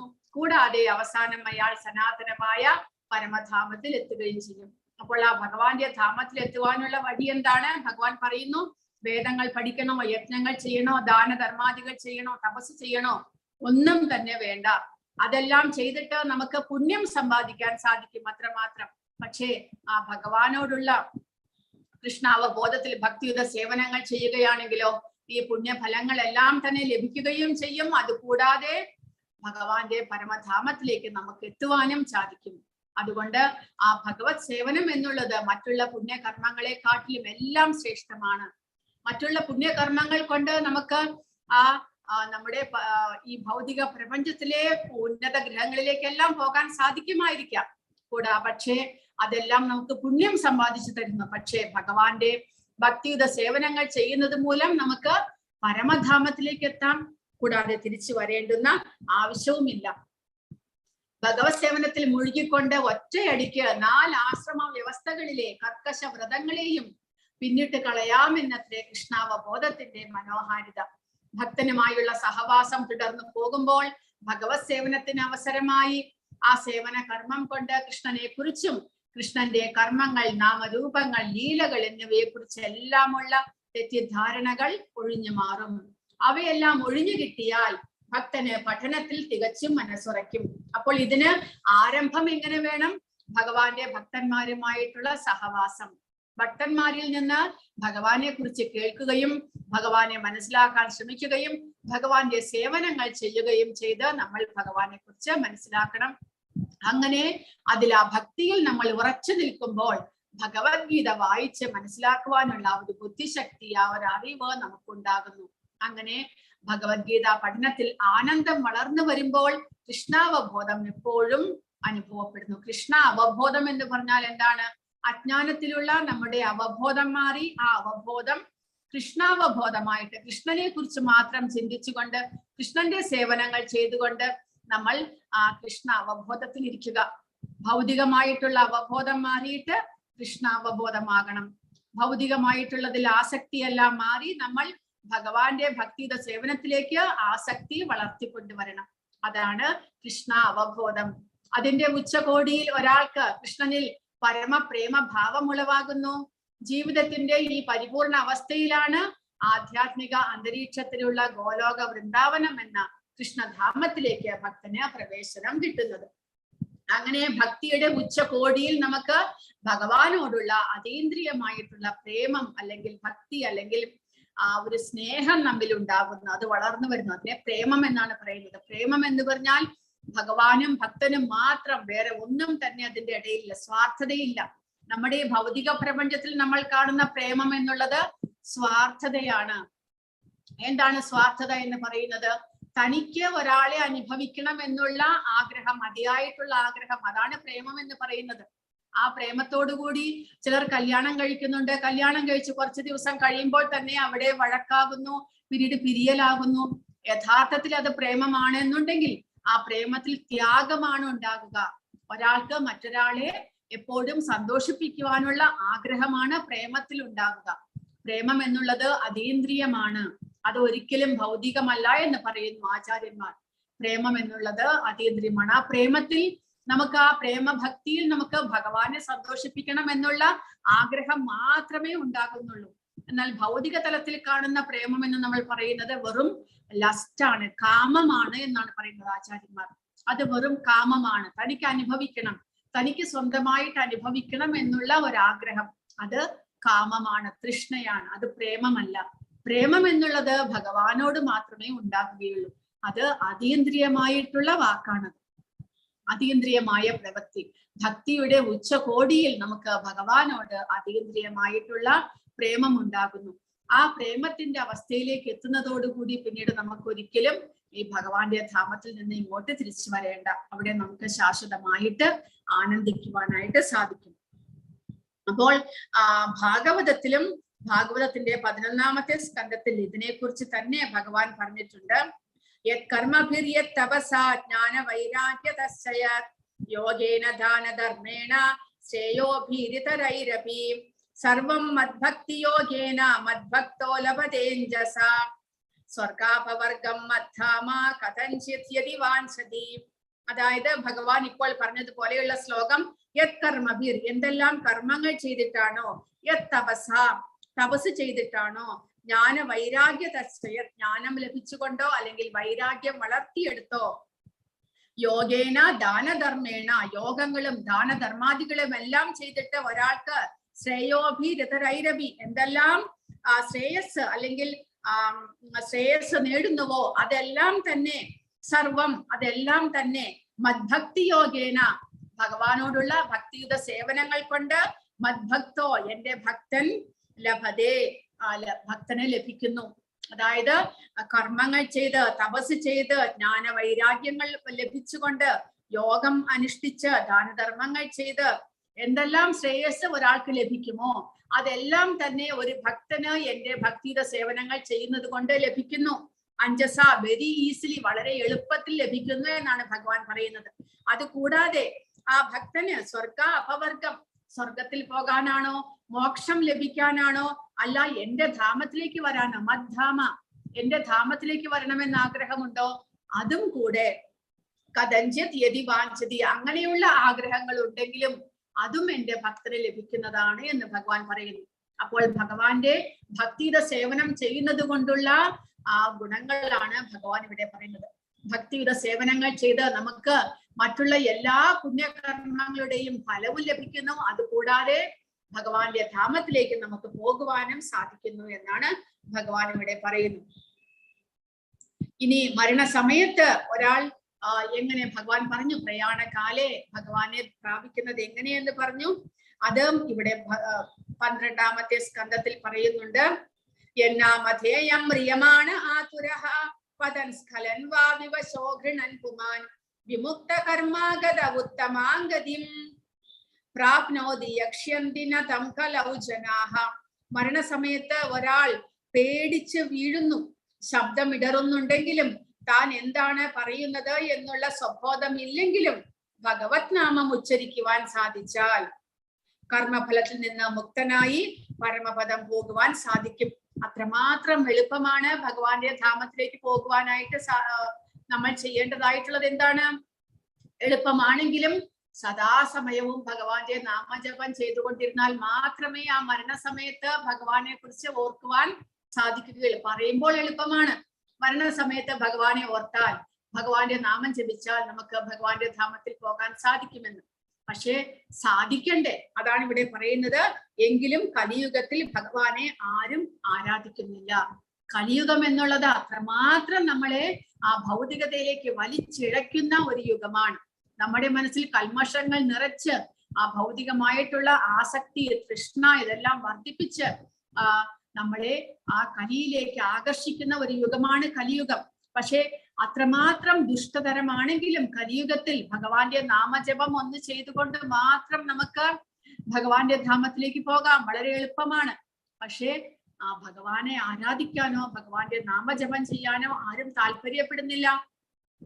അതാണ് നമ്മുടെ ഒരു ദുർദശയായിട്ട് നമ്മൾ കരുതേണ്ടത്. പക്ഷേ ഭഗവത്ഗീത പഠിക്കുന്നവരാണെങ്കിലും ഇത് മനസ്സിലാക്കിക്കൊണ്ട് ആ ഹരേ കൃഷ്ണ മഹാമന്ത്രം ജപിച്ച് ഭഗവാന്റെ ധാമത്തിലേക്ക് പോകാനായിട്ട് ശ്രമിക്കണം. ഉദാഹരണം പറയുന്നത്, ഒരു കുതിരയെ ജലാശയത്തിനടുത്തേക്ക് കൊണ്ടുപോകാം, പക്ഷെ വെള്ളം കുടിക്കാൻ നമുക്ക് ആ കുതിരയെ പ്രേരിപ്പിക്കാൻ സാധിക്കുമോ? ഇല്ല. വെള്ളം കുടിക്കാനായിട്ട് ജലാശയത്തിന്റെ വക്ക് വരെ കുതിരയെ കൊണ്ടുപോകാൻ സാധിക്കും, പക്ഷെ വെള്ളം കുടിക്കണമെങ്കിൽ കുതിര തന്നെത്താനെ കുടിക്കണം. അതുപോലെ കലികാലത്തിൽ ഭഗവാൻ നമുക്ക് എല്ലാം വളരെ എളുപ്പത്തിലാക്കി തന്നിട്ടുണ്ട് ഭഗവാന്റെ ധാമത്തിലേക്ക് പോകാൻ. കൃതയുഗത്തിൽ അനേക വർഷങ്ങൾ ധ്യാനം ചെയ്ത് ഭഗവാനെ സാക്ഷാത്കരിച്ചാൽ മാത്രമേ ഭഗവാന്റെ ധാമത്തിൽ പോകാൻ സാധിച്ചിരുന്നുള്ളൂ. പക്ഷെ കലിയുഗത്തിൽ നമുക്ക് ആ ഭഗവാന്റെ നാമജപം ചെയ്ത് പരിശുദ്ധരാകുവാൻ സാധിക്കും. പക്ഷെ അതുവരെ ചെയ്യാനായിട്ട് നമ്മൾ കൂട്ടാക്കുന്നില്ല. കാരണം കലിയുടെ ആ പ്രഭാവം, ഭൗതികതയോടുള്ള ആകർഷണം, അത് നമ്മളെ ഭഗവാനിൽ നിന്ന് പിന്തിരിപ്പിക്കുന്നു. ഒരാൾ ഭഗവാനെ കുറിച്ച് കേൾക്കുകയോ കീർത്തിക്കുകയോ ധ്യാനിക്കുകയോ ആരാധിക്കുകയോ അഥവാ വെറുതെ ആദരവ് കൊടുക്കുകയോ ചെയ്താലും തന്റെ ഹൃദയത്തിൽ ഇരുന്നു കൊണ്ട് ഭഗവാൻ അനേക കോടി ജന്മങ്ങളിലെ മാലിന്യങ്ങളെ നീക്കിക്കളയുന്നു. തസ്മാ സർവാത്മന രാജൻ ഹൃദിസ്ഥം കുരു കേശവ മ്രിയമാണോ ഹ്യവസ്ഥിതസ് തതോ യാസി പരാം ഗതിം. അതിനാൽ രാജാവെ എല്ലാ ശക്തിയും ഉപയോഗിച്ച് ഭഗവാനിൽ ഹൃദയം ഏകാഗ്രമാക്കുവാൻ ശ്രമിക്കുക. ഭഗവാനിൽ നിന്ന് ശ്രദ്ധ മാറാതെ തുടരുവാൻ ശ്രമിക്കണം. മരണസമയത്ത് പരമപദം പോകുവാൻ തീർച്ചയായും സാധിക്കുമെന്ന് പരീക്ഷിത മഹാരാജാവിനോട് സുഖദേവ ഗോസ്വാമി ഉപദേശിക്കുകയാണ്. കലിർദോഷനിധേ രാജൻ അസ്തിയേകോ മഹാൻ ഗുണഃ കീർത്തനാദേവ കൃഷ്ണസ്യ മുക്തസംഗപരം വ്രജേത്. കലിയുഗത്തിൽ അനേകം ദോഷങ്ങൾ ഉണ്ടെങ്കിലും ആ ഭഗവാൻ കൃഷ്ണന്റെ കീർത്തനം ഒന്നുകൊണ്ട് മാത്രം നമുക്ക് മുക്തസംഗ പരം വ്രജേത്, മുക്തനാകുവാനും ആ പാപകർമ്മങ്ങളെയെല്ലാം നമുക്ക് ഉപേക്ഷിക്കുവാനും അതുകൂടാതെ പരമപദം പോകുവാനും സാധിക്കുന്നു. അത്രമാത്രം എളുപ്പമാണ് കലിയുഗത്തിൽ എല്ലാ കാര്യങ്ങളും, ആധ്യാത്മിക കാര്യങ്ങൾ. എങ്കിലും ആ ശ്രദ്ധാഭക്തി ഉണ്ടാകുവാൻ നമ്മൾ പരിശ്രമിക്കണം. ശ്രദ്ധയോടും ഭക്തിയോടും കൂടെ ഭഗവാന്റെ നാമജപം ചെയ്യാനും നിരന്തരം ഭഗവാനെ ശ്രദ്ധ കേന്ദ്രീകരിക്കാൻ, ഭഗവാനെ കുറിച്ച് കേൾക്കുവാനും ശ്രമിക്കണം. കാരണം ഒരു നിമിഷം നമ്മൾ ഭഗവാനെ മറന്നു കഴിഞ്ഞാൽ ആ നിമിഷം കലി അവിടെ പ്രവേശിക്കും. അതുകൊണ്ടാണ് നിരന്തരം ഭഗവാന്റെ സ്മരണ കലിയുഗത്തിൽ പറയണം എന്ന് പറയുന്നത്. കാരണം ആ കലി നമ്മളെ അല്ലെങ്കിൽ പെട്ടെന്ന് തന്നെ അറ്റാക്ക് ചെയ്യും. ആ കലി അറ്റാക്ക് ചെയ്യുക എന്ന് പറയുമ്പോൾ ഈ ഭൗതിക വാസനകൾ നമ്മുടെ ഉള്ളിലേക്ക് വരും. ഭഗവാന്റെ നാമജപം നാവിൽ എപ്പോഴും ഉണ്ടാകണം, മനസ്സിൽ ഭഗവാന്റെ സ്മരണ എപ്പോഴും ഉണ്ടാകണം. എപ്പോൾ വരെ? നമ്മളൊരു സ്റ്റഡി ആകുന്നത് വരെ. പിന്നീട് നമ്മൾ സ്റ്റഡി ആയി കഴിഞ്ഞാൽ നമുക്ക് പിന്നീട് അതിനോട് ആകർഷണം ഉണ്ടാകുന്നു. പിന്നീട് നമ്മൾ അതിൽ നിന്ന് പിന്തിരിയില്ല. പക്ഷേ അതുവരെ നമ്മൾ വളരെയധികം ശ്രദ്ധിക്കണം. കാരണം എപ്പോൾ വേണമെങ്കിലും നമ്മൾ അധപ്പതിക്കാനുള്ള ഒരു പ്രേരണ, ഒരു വാസന നമ്മിൽ ഉണ്ടാകുന്നു. കാരണം ഭൗതികത എന്നുള്ളത് അത്രയേറെ, ഇന്ദ്രിയ സുഖഭോഗത്തിനുള്ള ആസക്തി എന്നുള്ളത് അത്രയേറെ ശക്തിമത്താണ്. അതുകൊണ്ട് നമ്മൾ വളരെയധികം ശ്രദ്ധിക്കണം. നിരന്തരം ഭഗവാന്റെ സ്മരണയിൽ ഇരിക്കുവാനായിട്ട് ശ്രമിക്കണം. ഹരേ കൃഷ്ണ.